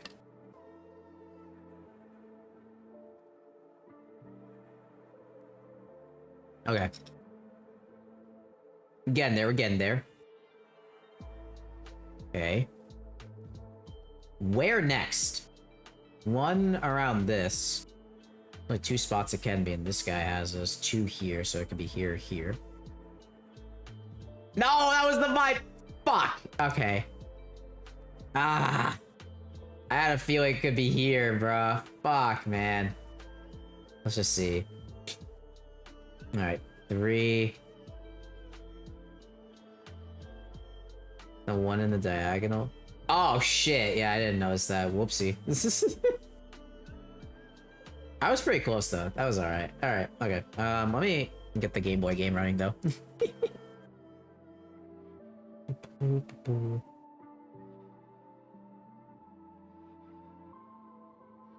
I think I have it on here. Hold on. I extracted it from my cart. Thank you for indulging in my Minesweeper habit. Maybe I'll start playing into the fucking surgery or something when I'm bored. I don't fucking know. I don't think I'll be having that boredom during surgery at some point. Bedtime? Alright, sounds good, Maddie. Have a good sleep. Can I make a fucking folder, please? Thank you.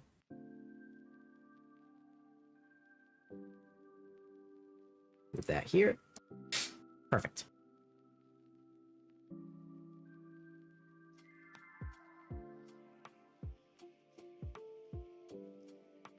Now, how do I stop the playback?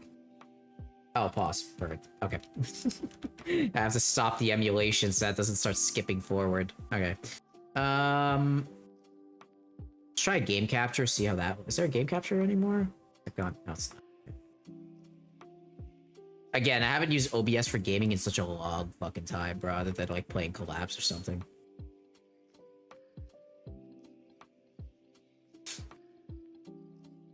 Yeah, I know the browser is on top. I'm arranging things, don't worry.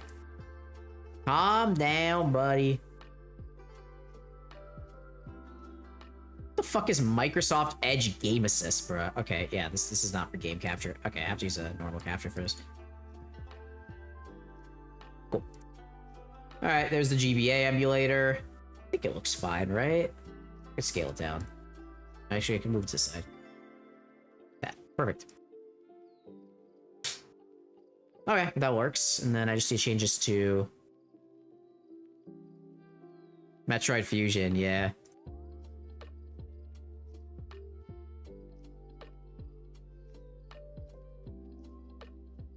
One of my favorite Metroids speedrun. I've never played this game. I haven't really played any GBA games.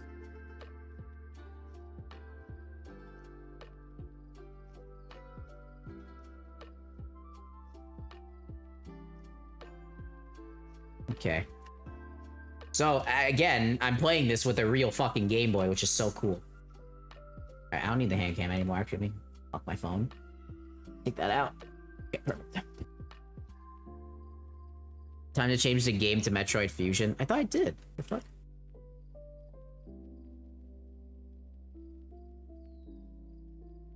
There we go. Fixed. Okay. Let us continue. Why? Oh. Okay, we're good. Wait.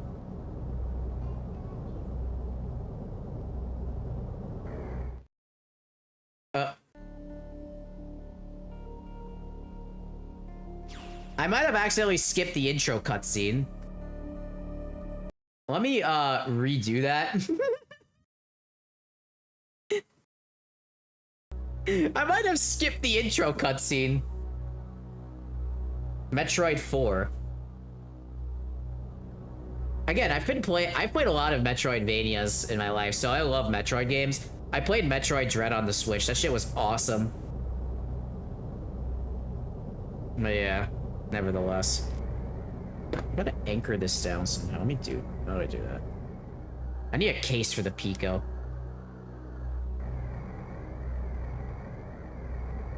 Man, these old retro graphics are always interesting.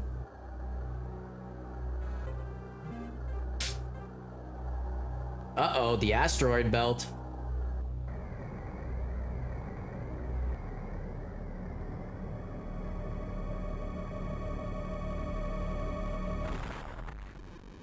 Oh, great. The ship fucking crashed. I don't like games that have high suspense. I still played Dread despite that, because, dude, Dread was so much fucking fun. I love that game. It was my first ever Metroid game. Also, let me know if the audio is too loud at all, by the way. Alright, SR380. Oh, yeah, I know what. I know the lore behind Metroid, though, so it isn't too hard for me, but yeah.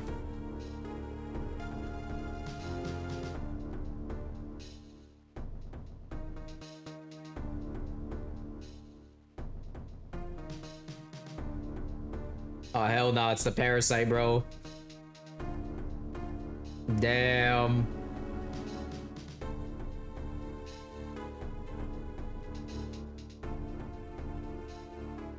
So this is the X-Parasite. Fucking hijacked Shamus, basically. If I remember correctly. Yeah. Consciousness, the ship drifted to an asteroid belt. Oh, that's how she fucking fell off the entire face of the Earth. Oh, nah.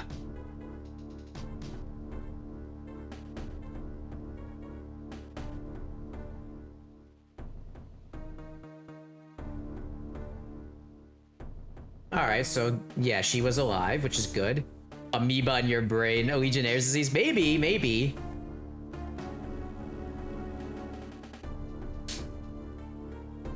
So this is how she lost all her powers. Average Metroid game, right? It can't be removed while I'm unconscious. Large portions of my suit have to be surgically removed.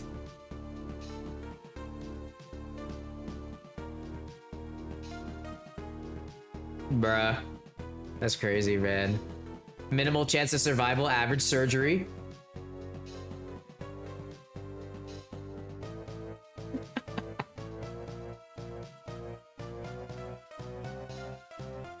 Okay, anti-X vaccine, very interesting. That's pretty cool. Okay. Oh man, what is with this fucking sequence, bro? This is where I like show don't tell, man. What's this crazy ass exposition, man? I guess she's gonna try and discover the true fucking identity or some shit.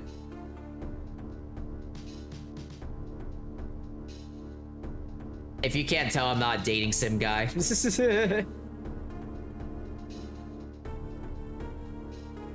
I owe the Metroid hashing my life twice over. BSL research station, prepare for docking. Okay.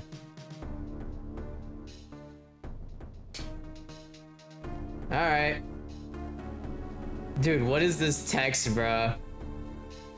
Oh god. Subathon goal, play a dating sim game. Subathon? What's Subathon, bro? You can just make it a channel point goal or something if you really want me to. I think I played the fucking Colonel Sanders game back in the day.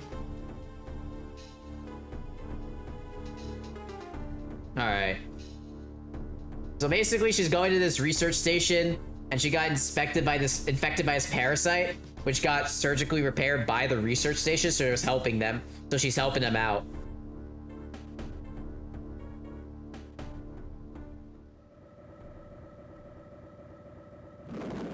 Alright.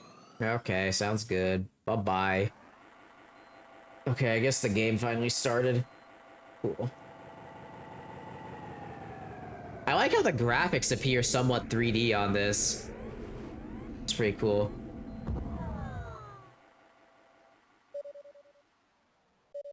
Alright, there's the map, average Metroid game. Alright, exposure to quarantine bay. Capsules contain recent samples from SR-388.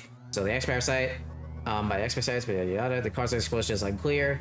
Investigate, the quarantine bay is here. Move quickly and quietly. You are still unable to use most of your latent abilities. Average Metroid game. Stop at the navigation. Uplink from there. Yes, I know where to go. Go. Fuck off. Alright. Oh boy.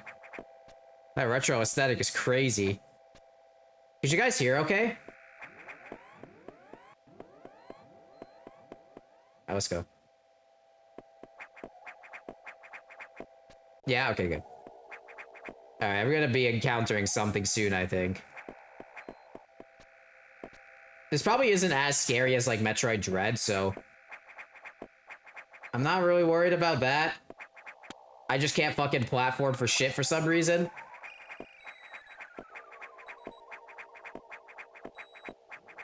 Oh, wait, I could just... Yeah, I'm stupid. Okay. Okay. Where am I right? Okay, so I'm in the right spot. I have to go to the Navi room. The navigation room, I believe, is the save data room. Yeah, it still has to be a save. Okay. Quarantine bay is ahead. Biosigns are confirmed. Yada yada. Okay. Cool. Can I save? Oop, don't do that. Okay. Okay, I guess it saves as I go per... I think it's room-based saving, if I'm not mistaken. Oh no, it's scary. Okay, let's see. This fucking... Alright. Hold on. Let's see. Oop, that's not the right way. Okay, so I can't go this way. Where does it want me to go? Oh, I'm going the wrong way, that's why I'm... I do have to go up here. Whee! Okay. This way. Uh-oh, this looks fun. I have a gun. I'm dumb, I have a gun. I forgot about that. Oh, great. What's happened here? What the hell? Who the hell are you? Oh, oh, ad break? Fuck, okay. Ah! What the fuck? Can I target? Oh, I can. Okay, good. Ah, shit. Oh, that's good. Okay. Ad break start. I'm just gonna wait for it to finish. Sorry, guys.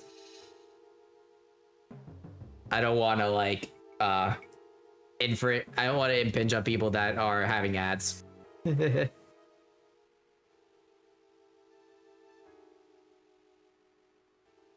Anyways, hopefully this is so sick playing it with the fucking real Game Boy on the PC. It's so cool. Something I just soldered myself and just loaded some software onto. So fucking sick. Alright, we got 40 seconds left of those stupid ass ads. Let's see what this shows. So beam cannon and suit. I don't know, if you guys own a Game Boy, would you guys think of doing this? You made your own nostalgia. I did make my own nostalgia, that's right. To be fair though, I was more of like a DS kid. I was more of a Wii kid, right? I played a lot of Wii games. Like, I could play Mario Galaxy, and that I would remember from nostalgia. But my Mario Party, like, 8. I think that was, like, the last good Mario Party, if I remember correctly. Mario Party 8 was really fun. I remember, like, begging my mom to get Mario Party 9, because, like, everybody had it, and it was so hyped back then. But Mario Party 9 fucking sucked ass when I think about it.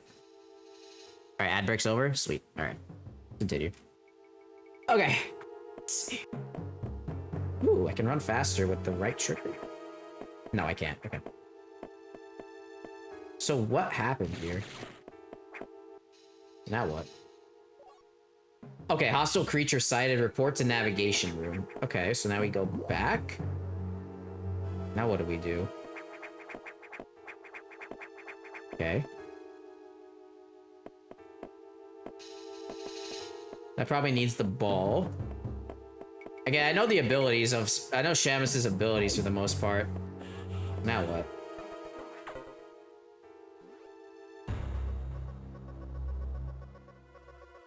Uh-oh.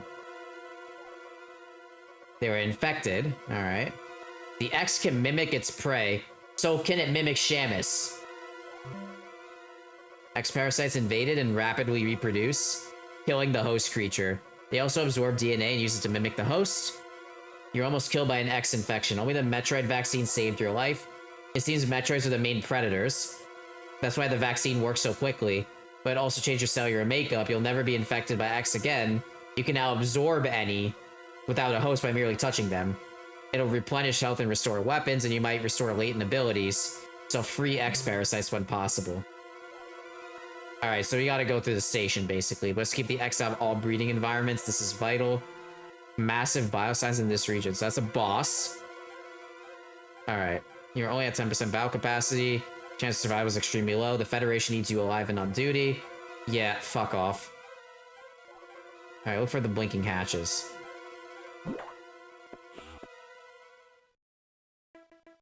Okay, I guess we explore now. Pretty easy to do, honestly. Let's see. Oh, okay. Alright, sorry. Music is a bit loud for me. I'm just going to... change the volume. Sorry, guys.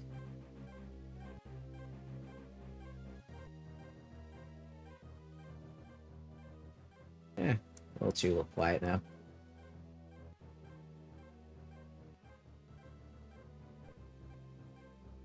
Okay, let me turn up the volume for you guys. Okay, we're good. Oh, yeah, that's how it works. Okay. Fuck you. Give me the fucking parasite. Oh, save room. Okay, beautiful. Yes, save. Okay, cool. That was easy. Alright, let's see. What the fuck? Gimme. Come here. Okay, I need a bomb for that door. What's this N? Oh, navigation. Okay.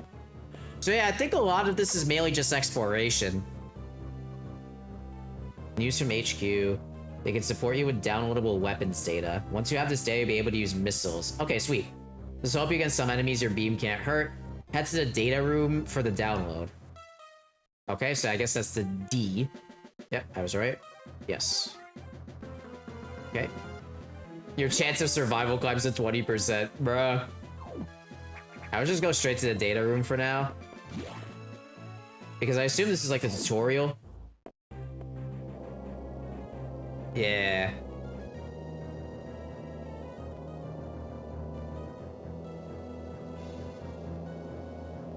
Alright, he called me lady on missions. Man, the computer after him. Interesting.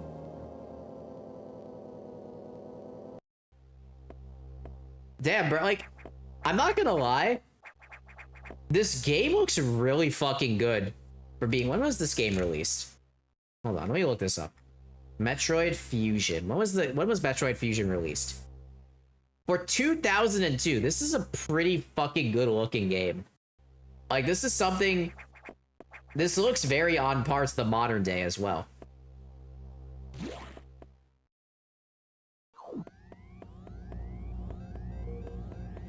I like it. It's great.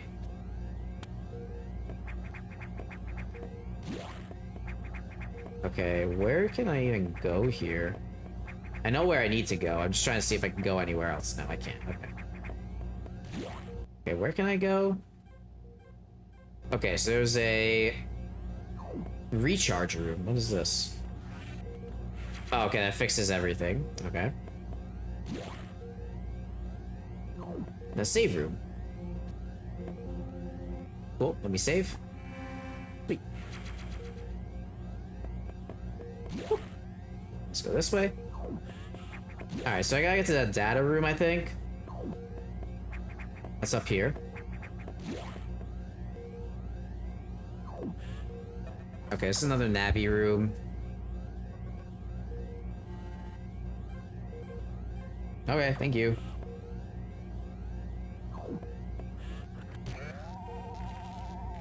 Alright, now I got more weapons. Oh, the pixel music too? Fuck, bruh. Okay. Cool. Uh-oh. That doesn't sound good. Electrical failure. Oh, great. Love that. Ah, shit. Try to find another way to the target. Man!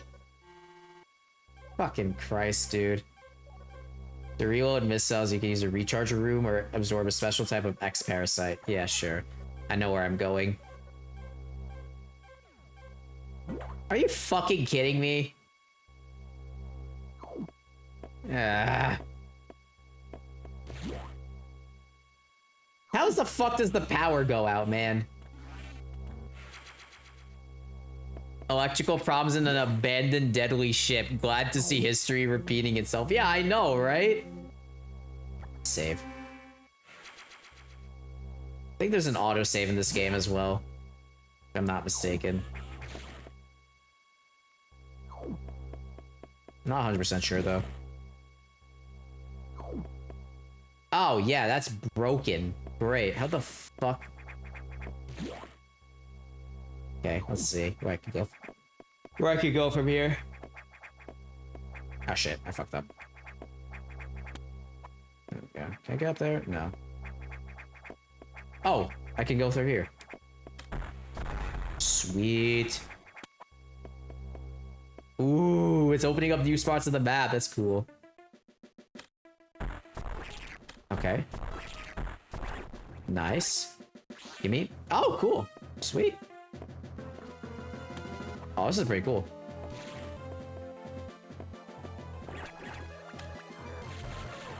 Give me the X.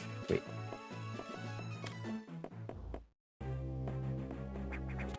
Okay, that's a ladder. Again, I'm so used to fucking Metroidvanias that this seems like very natural to me. What's this? Oh, sweet. Oh yeah, I remember these from Dread. You can get more missiles in there. I'm dumb. Get the fuck out of here. Give me. Yeah. What's in here? Whenever I see an empty room, there's always something to be found. But I can't find it. I'm not sure though.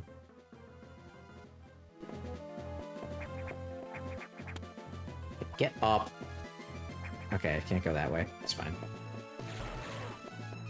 Okay. Alright, looks like I made it. There's a save room right before the boss.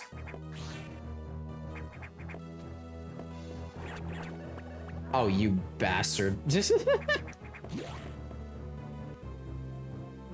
Let me save. I'm probably gonna be jumped by a boss, aren't I? Let's see. You guys ready for me to fight this fucking boss? Probably a tutorial boss. Ow! Off. Ow! Okay. Oh, God. Okay, well, that's fun. Oh, I killed it. Okay, sweet. No! Get back here. Oh, fucker. Ah!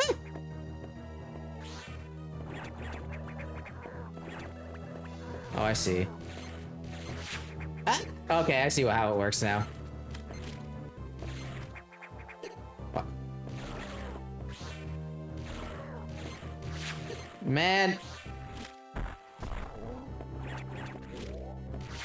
How do you dodge that?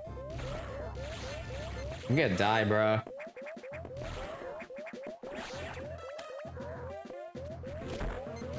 Oh my god, am I stupid or something? I'm gonna die. Oh, I just jump, I think. Hold up.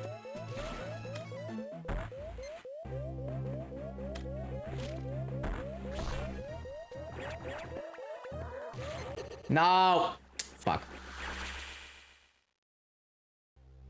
Yes, try again. Sure. Let me try that again. I think there's a better way to manage that. I was just being dumb. Kill them. Kill them. Okay, open your eye.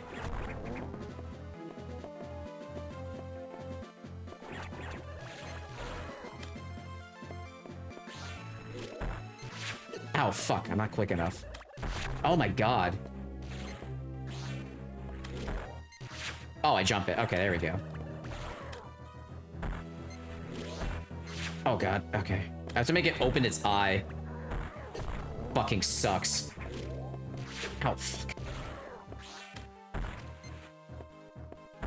Come here, buddy. Ah, no! You bastard. There we go, I got it. Alright.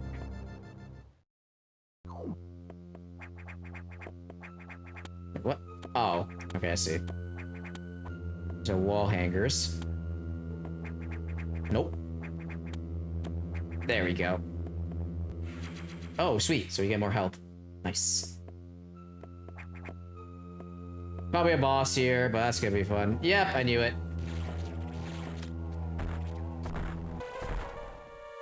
Oh, who are you? Ah! Oh my god! Chill! Okay, that doesn't hit. Oh my god! Yo, bro, I don't have a fucking dash or anything, man. Wow, okay. Oh, I see, I see. Okay, I know what to do. So you hang on here when he does that. Oh my god. Okay, this way. Shoot your fireball, bitch. Come here. Whoa, not that. Woo. Just like that. There we go. Okay, this way. Ah, no. Shit, I fucked up. Ah, god damn it. Okay, I think I got it now. This makes sense. Come here. Whoop, boy. Hello.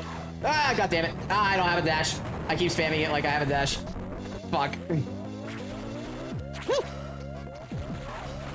Oh, I'm so dead. Oh, I'm so dead. I have 1 health. I'm literally 1 HP. Okay, just kill me. Shit. Oh, fuck. Alright, let's try this again. I know what to do now. I'm just fucking dumb. Just let me out of here. Do I have to kill that stupid ass eye again? Please tell me I don't. Oh my god, bro. Really? Alright, I'm just gonna fucking speed run that eye. Come here.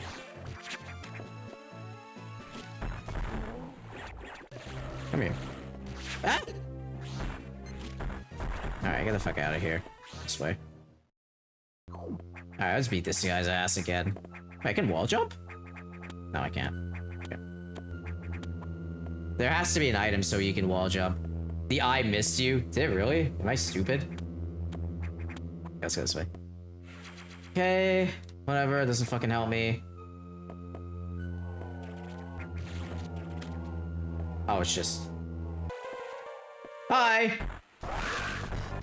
Oh boy. Hi, what's up, dude? Oh, Jesus! Okay.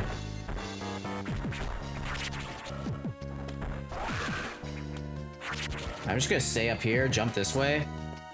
Have him come this. Have him face me. Nope, that's not working. Okay, go this way. Come here. Oh, fuck you. Oh, he has a towel. Okay, I'm stupid. Wait. Like that. Okay. So that's when he does the fire. Okay. I remember playing Ender Lilies, and there was like that one boss where it told you where he was gonna go. I think there's like a lot of bosses though in Metroid games. Let's see. Okay. Uh-oh. Yeah. This is a tutorial boss though, so I don't really assume it'll be crazy. Ah! Oh god damn it. Oh, I fucked up. I fucked up. I fucked up. I fucked up. Okay, we're good. How long do you take to die, man? Ah, shit. I'm so dead. Oh boy. Oh boy. Okay, we're good. Yeah, I haven't played Ender Lilies. It's a really good Metroidvania. I recommend it.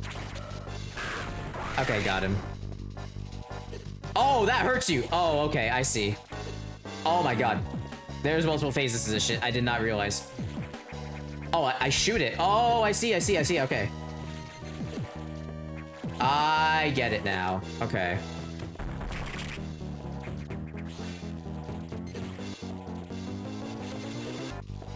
So I have to replenish my missiles.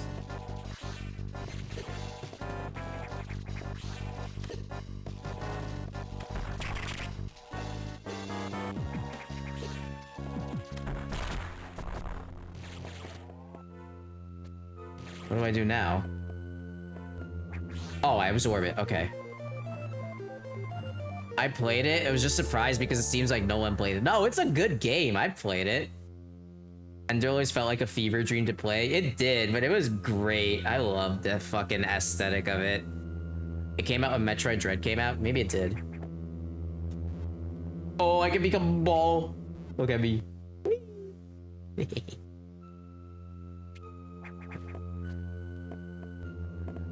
Okay, well that was the easy kill, I guess. Oh shit. Fuck, how do I do this shit again? Shit. Can I blow it up? Oh, okay. How do I get out of here? Nope. Nope. How do I get out of here? There's no way to jump. It's only move left or right. And I can't cling to walls. No. No? Guys, am I dumb? Don't answer that realistically, please.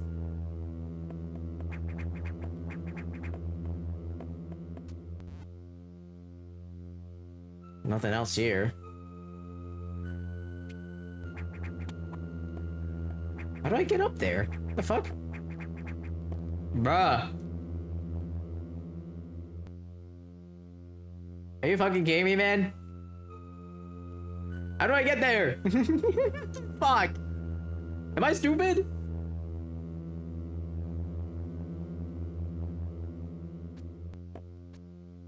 Ah, fuck.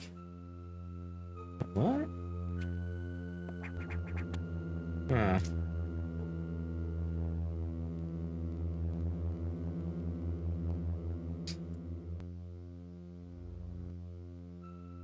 Okay, so we got the morph ball.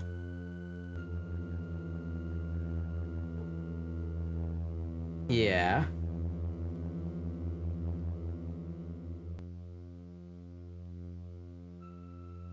Press down twice to morph, right? Okay, well, let me keep trying here. Maybe we can pull up into ball. Huh. Oh, wait. Oh, maybe not. Hold on. Oh! Okay, I didn't know I could do that. Alright, that works. Fuck. I love the morph ball. It's one of my favorite abilities. It's so fucking funny. Oh, I see. Okay, so I need to...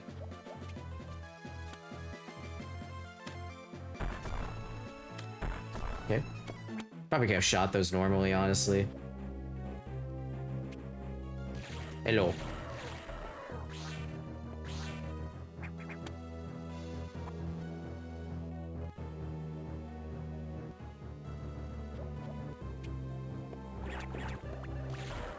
Come here. Give me that. Dead human! Oh no, that's not good. Alright, so now we got everything. What's in this room? There's a room to the right here. Oh yeah, I can shoot this. Sweet. Recharge, nice. I remember back when I played Dread, right before I fought the last boss, I always like explored every room, every nook and cranny, trying to figure out what was where. It's over here. Okay, I can't go this way. I can just look at this though.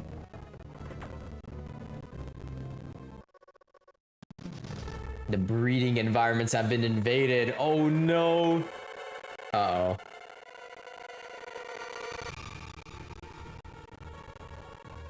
Access the shaft and use elevator 1.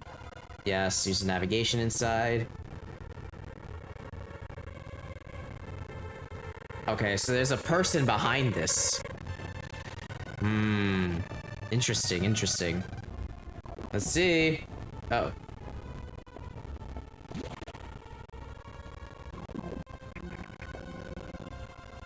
Yo, guys, the X are breeding, bro. Okay. Let's see where we can go from here. There's that whole area up there. Which way? How do we get there?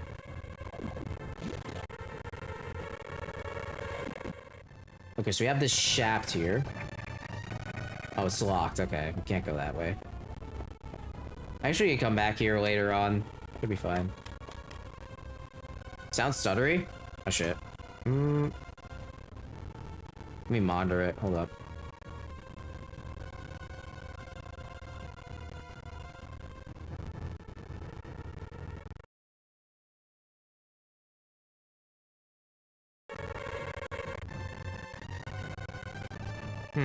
Okay. Is it really stuttery? What the heck is going on? Not sure if it's supposed to do that. Let's see. It is capturing the audio. Should be okay. I'm gonna leave it for now. Actually, let me do this instead. Oh, that's just the music, I think.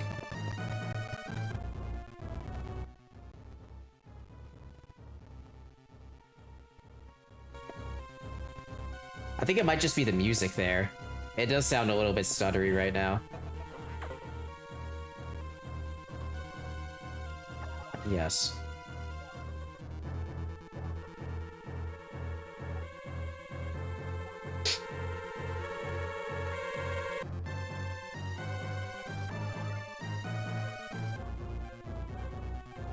Okay.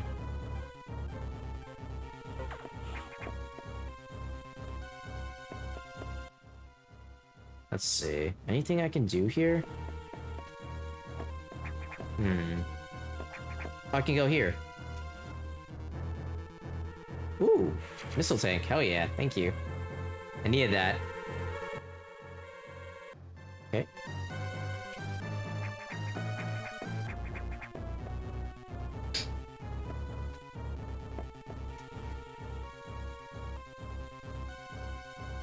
Okay. I think it's good to see where all the secrets are, no? If there's anything I can do.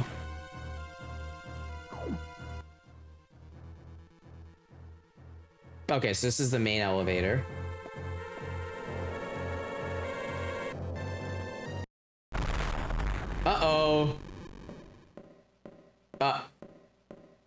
Oh, great.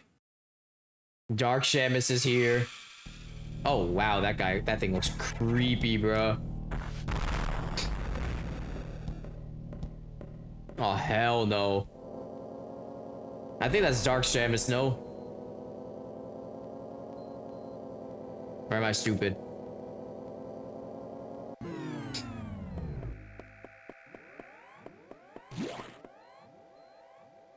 Bro, I fucking look possessed. That was crazy. Just go down. Alright, let's see. Alright, Sector 1. Okay, let's see what's going on here.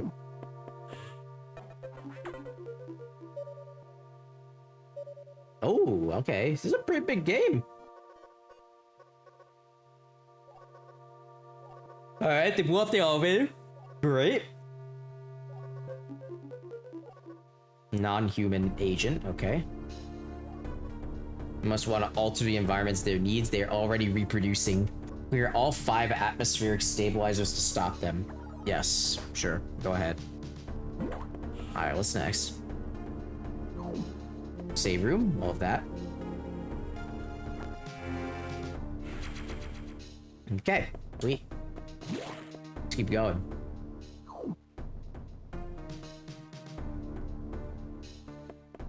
I'm gonna recharge.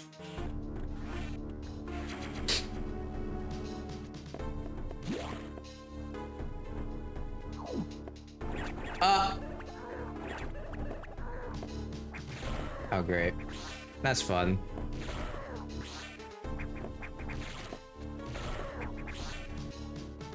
Alright, so we got a locked higher level door, and we got this door, so we can go through this way. What? Ah, what the fuck is that? Ow! What the fuck are you? Ow, ow, ow. Get the fuck out of here. Oh my god, that thing is huge. Ah. Oh, I have a missile. I can just kill it that way. I'm stupid. Okay. Ad break. Oh, hell no. Alright, I'll let it run. What the fuck is this? Oh god. This looks fun.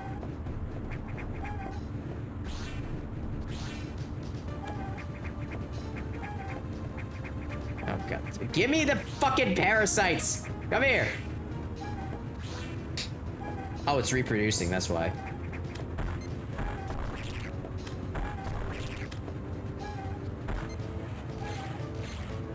Oop. Alright. It's no longer breeding, that's good.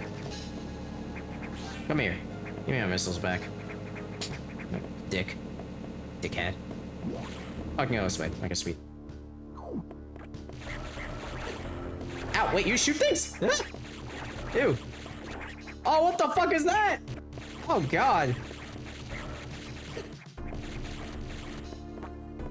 Ew. Fuck off.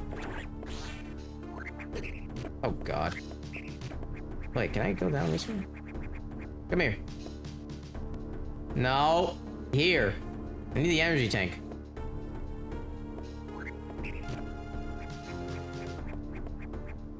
Okay. Ow.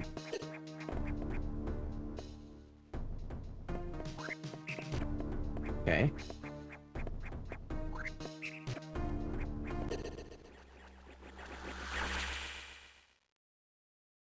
I think I might have killed myself trying to fucking get that thing. God damn it.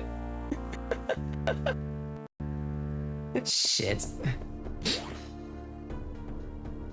Oh my god, do I have to do that entire thing again? Fuck. Okay, at least the ad break is running, so you don't gotta watch that bullshit. Fuck.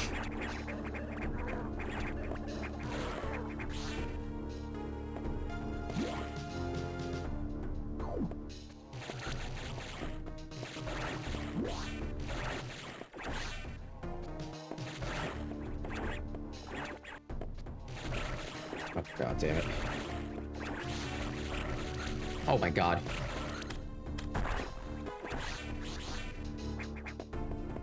Okay. Takes 3 missiles every time. Alright.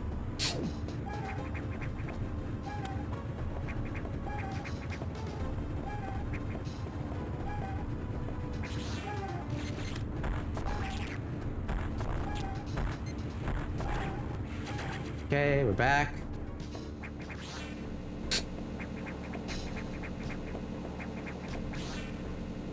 Okay.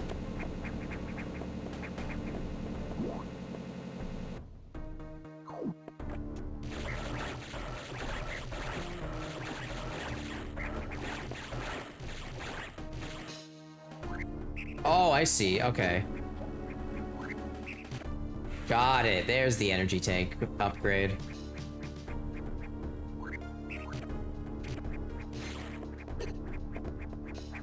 Okay, ad break's over. Perfect. Okay. Where do I go from here? Check this room. Oh, perfect. Oh, God. Oh, fuck you. Asshole. Come here. I do like the mechanic of if you leave the parasite alive, it will respawn into something else.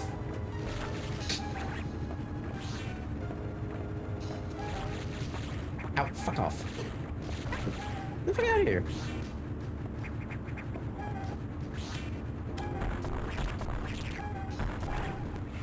Okay, there's 3. Alright, that guy's dead. Perfect.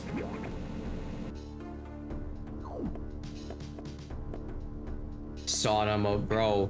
This is a literal sauna, man. I think Shamus's suit already is a sauna when you think about it. What the? Oh, God. I can kill it. Nice. Hey, come here. Ah! Let's try and kill this thing. Yeah. Okay.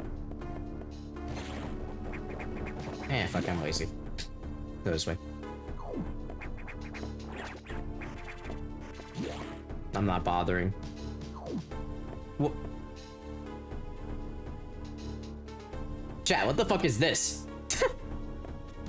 Oh, wait, I see. No, no, no, no, no! Can I? Oh, good. Okay, got it. Oh.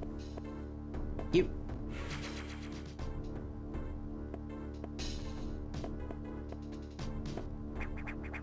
Fuck, fuck, fuck, fuck. No! No! Get me out here. Wait, why do I have 98 energy? What the fuck? I'm fine? Okay, that thing can kill me. Oh my God! What the fuck? Ah! I can't kill those things. Oh, I can. With a missile. Okay, got it. Hey! Ew.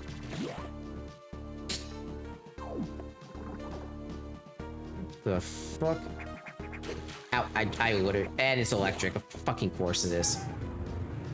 Oh, I lost 2 energy tanks. Ah, that explains it. Okay.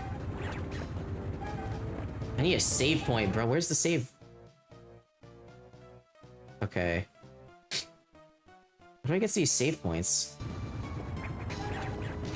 Can't go this way. Great, okay.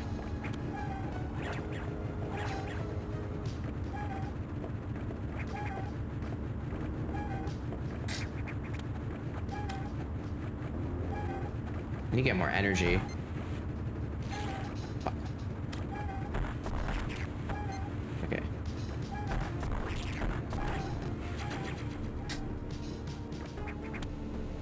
Oh God. Okay, missiles back. Okay. We gotta play it safe here. Simultaneously start shooting the fuck out of a random enemy.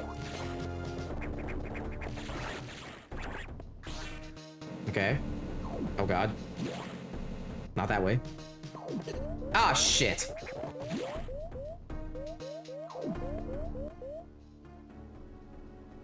the fuck do I find a save room, bruh? Just gonna try going up. Oh, great.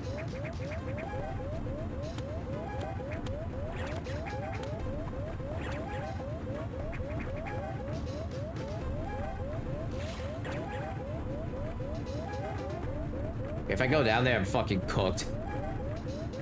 Ah! Okay, I made it. Spam the fucking bullets, bro. Give me more energy. Ah! Okay, we're good. Oh, fuck off, dude. Alright. I gotta go up top. Walk my way over.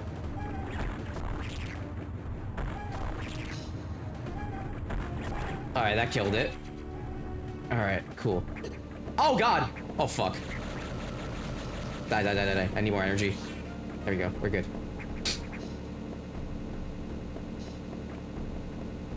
Ah! Fuck you.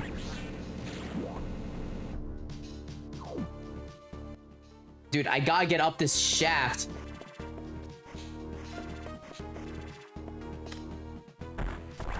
Okay, kill that guy. Get my missiles, but get my missiles back. This way. Ah, shit! Fuck you. Go over here. Come here. Oh, fuck off, dude.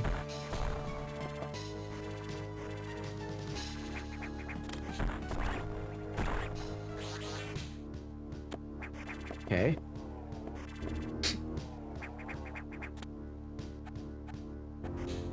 That's good. I'm gonna give myself some free energy, basically. Okay, good. Now we got a link. Oh, you gotta be fucking... Oh, no, we're good. I was gonna be like, are you seriously kidding me right now? Okay. I gotta go up, so I gotta go this way. But there's no way to go up. What? Oh, god damn it.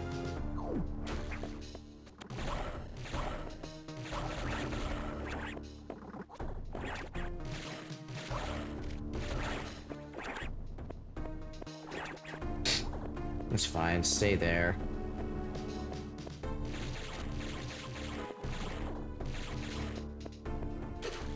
Ow, ow, ow, ow. Fuck. Fuck, bruh.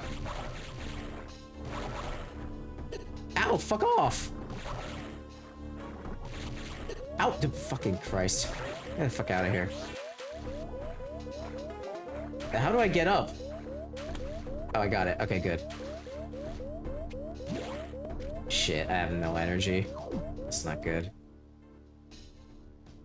Okay, there's a save zone here. But that eye is here.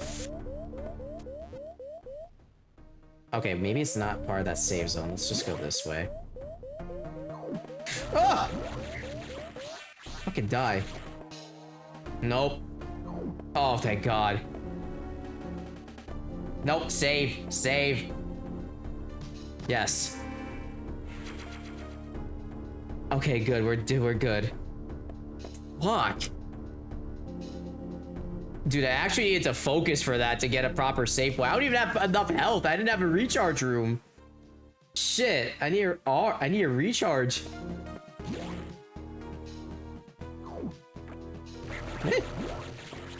Fuck out of here.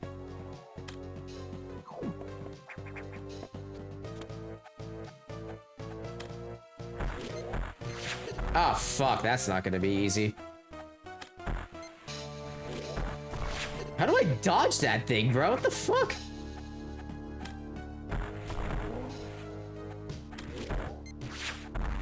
Okay. I just gotta be quick with it or something, no? Okay. What if I stay here? Nope, that's not hitting him. Oh, I see. Okay. I think I know how to hit him. So when he starts flashing... like that, then that means I'm cooked? Yeah, that's right. So let's see. Yep. Okay, I got it now. I didn't know there was a tell for that.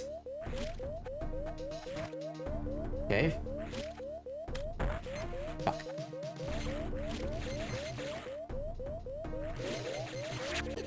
Damn it. Let's just reset. Yes.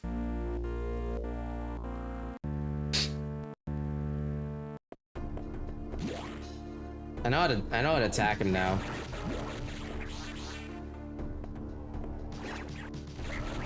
Oh, I can farm missiles here, I think. Yeah, that's right. That's what the game's telling me to do. Okay. So the game's telling me to farm energy and missiles at this spot. Okay. Okay. Yeah, so I'm right when I'm doing this. Okay. Yep. Attack. Nice. Okay, that was easy. Now replenish me. Sweet. It's over here. This is usually a boss room, no? Oh, what the? Oh, no! What the fuck? Give me. Oh, God. Oh, God. I got baited. I just got baited. Come here. Oh, God. I can't. Holy shit.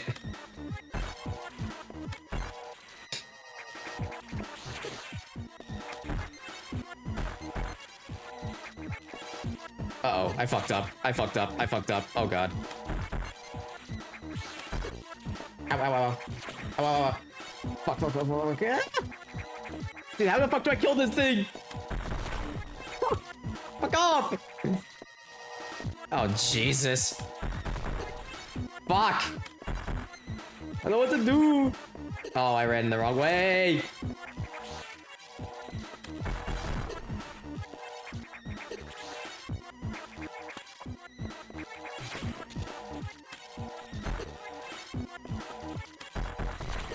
Oh, fuck. Do I just keep shooting it like this? I don't know what to do! Ow! Oh, okay, got it. Okay. Oh, I got an ability. Oh, shit. Okay, I guess that was what I had to do. Okay, that works. Sweet! Alright, that works. I'll take it. Alright, so I got a new ability.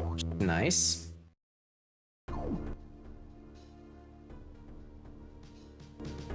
Should I just... Let me just try and save again. Go this way.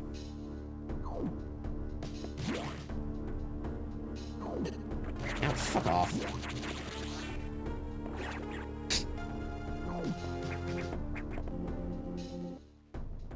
Yes, save my data. Thank you. Sweet. Alright, let's try and see if we can... Oh, fuck off, you dick. Get out of here.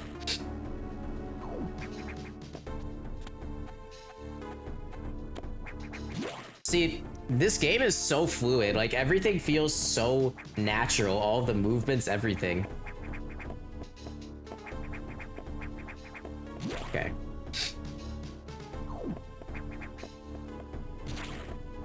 Oh. This way. Why does that have a bar? Okay. Oh, great.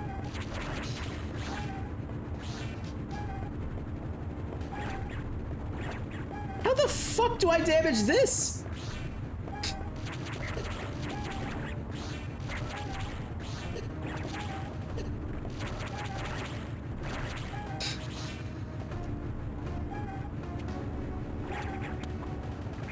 Okay.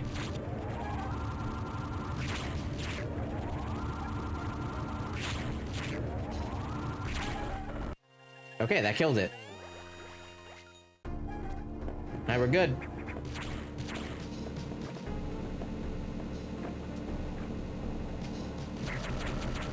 Get the fuck out of here. Alright, it looks like we're good. With your mind, bruh. How do I get out of here with my mind? My mind not helping with shit, bruh. I am a goofy idiot. Alright, cool. That connects to here. Sweet.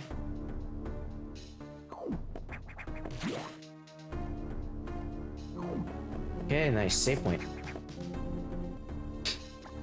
There's probably a boss here. Let's see if I can beat it.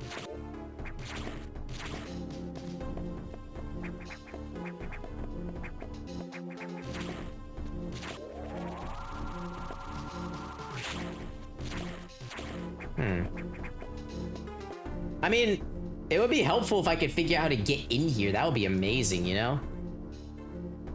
That would be so nice. I would love that so much.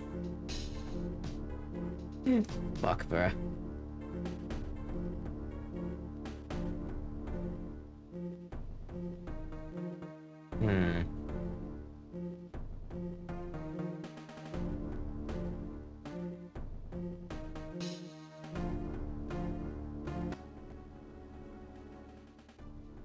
Am I stupid? Jump, turn into ball? I don't know. That's what I'm trying to do. I can't jump as the ball. Nope. Oh, I got it. Okay. I had to like cheese it. It's weird. I don't think I'm supposed to be here. Just a hunch, I'm definitely not supposed to be here. Can't go up here. We're gonna go this way. Is this just normal save room?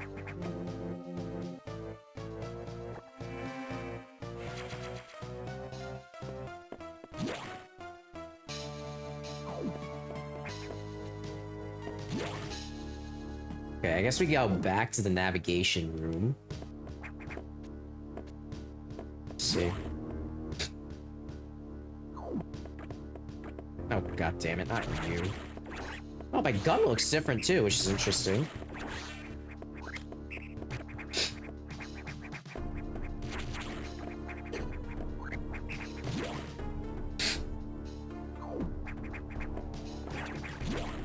Okay. Let's see. Oh, baked beans room. Sounds good. This is the wrong way.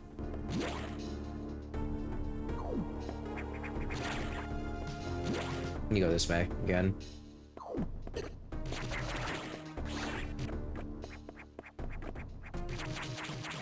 Fuck you.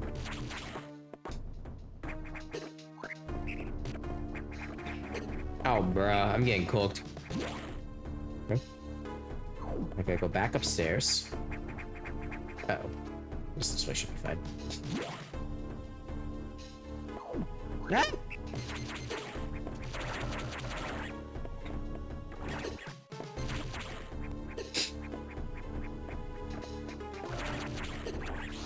Ow.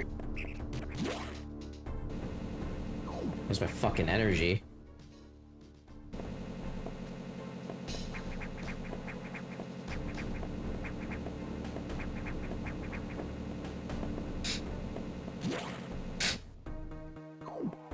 Ah, not this thing again.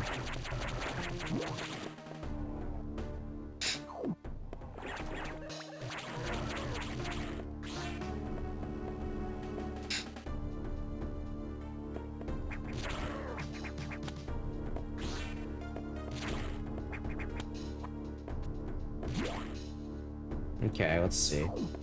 Recharge, nice. Sweet.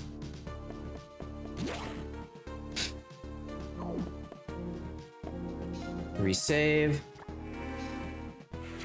Now let's see what the navigation room looks like. Okay.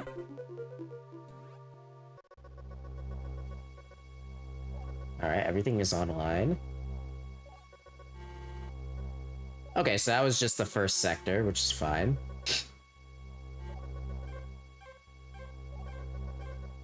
Yes, it's clear.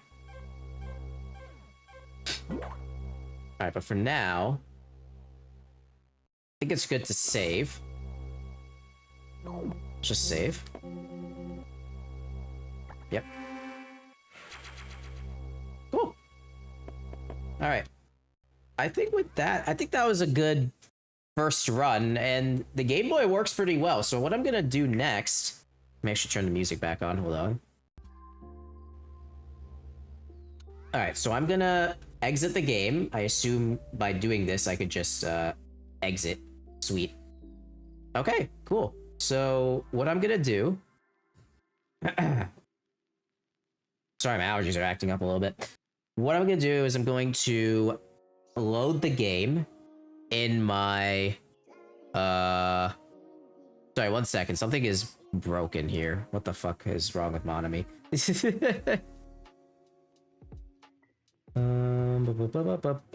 Hello, hello, hello. Why is her mouth not moving when my mic? That is weird. Okay. Also, I cannot hear the music. Now I can. Sweet. Okay. Let's see here. Something's up. Let me fix Monami for a second. Sorry, guys.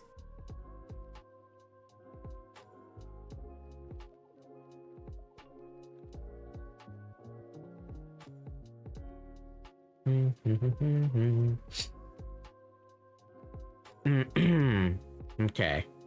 Alright, I think we're good now. Sweet. Alright. So let's try plugging in the Game Boy. I probably should have still had the hand cam on. 1 second, guys.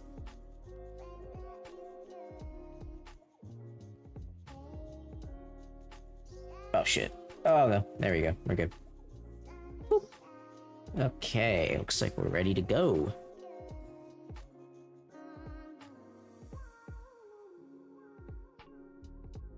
Alright, so as you can see here, we got the gamepad connected. Again, something cool with this software is when I disconnect it, disconnects, I can just reconnect it and it'll work again, so that's pretty cool. I'm just gonna close it for now and just unplug the link cable. Alright, and let me just unplug the Pico. Sweet. And now what I'm gonna do is I'm gonna, first I'm gonna turn off the Game Boy, take out my flash cart, and let's see what happens when I transfer the game save, from the emulator to my flash cart, so I can play it on the go. This is like a pseudo docked mode kind of thing, you know? Me fucking budgeting this shit. Alright. Cool. Let's see. Do I have this game on here? Yeah, I do. Sweet. Android Fusion. Copy a save file. Over to the flashcard save. That. Yes. Fine by me. Then we just need to eject the flashcard. Alright. I guess this is an easy flash. Really good flashcard, by the way. Highly recommend it. Plug the micro SD in. Just going to pull into the slot here. I'm getting an EverDrive as well, so it should be easier to just like swap around the micro SD, which is nice. Okay. Oop, nope. Don't do that.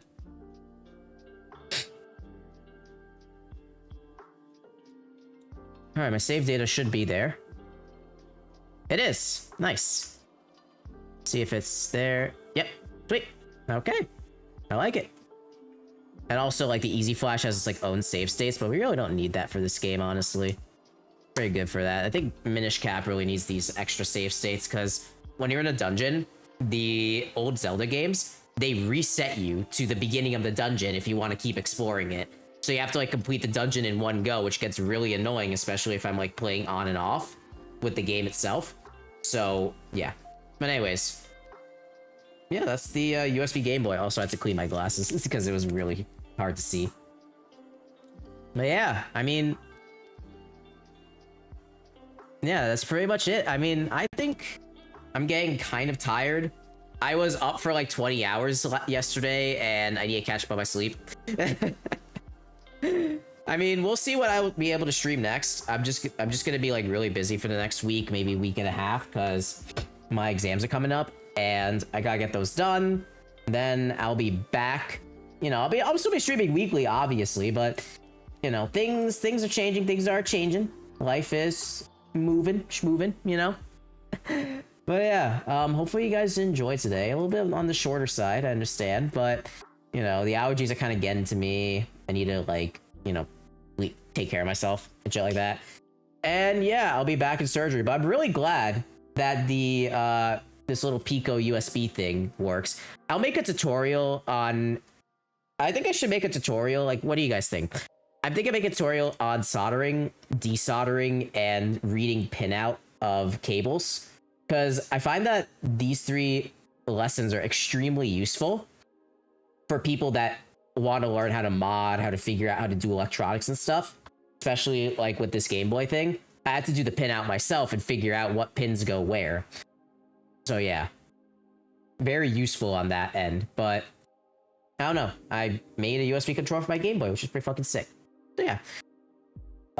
Let's find someone to raid real quick. Where the hell is my Twitch? Fuck it. I'm raiding Rixie again.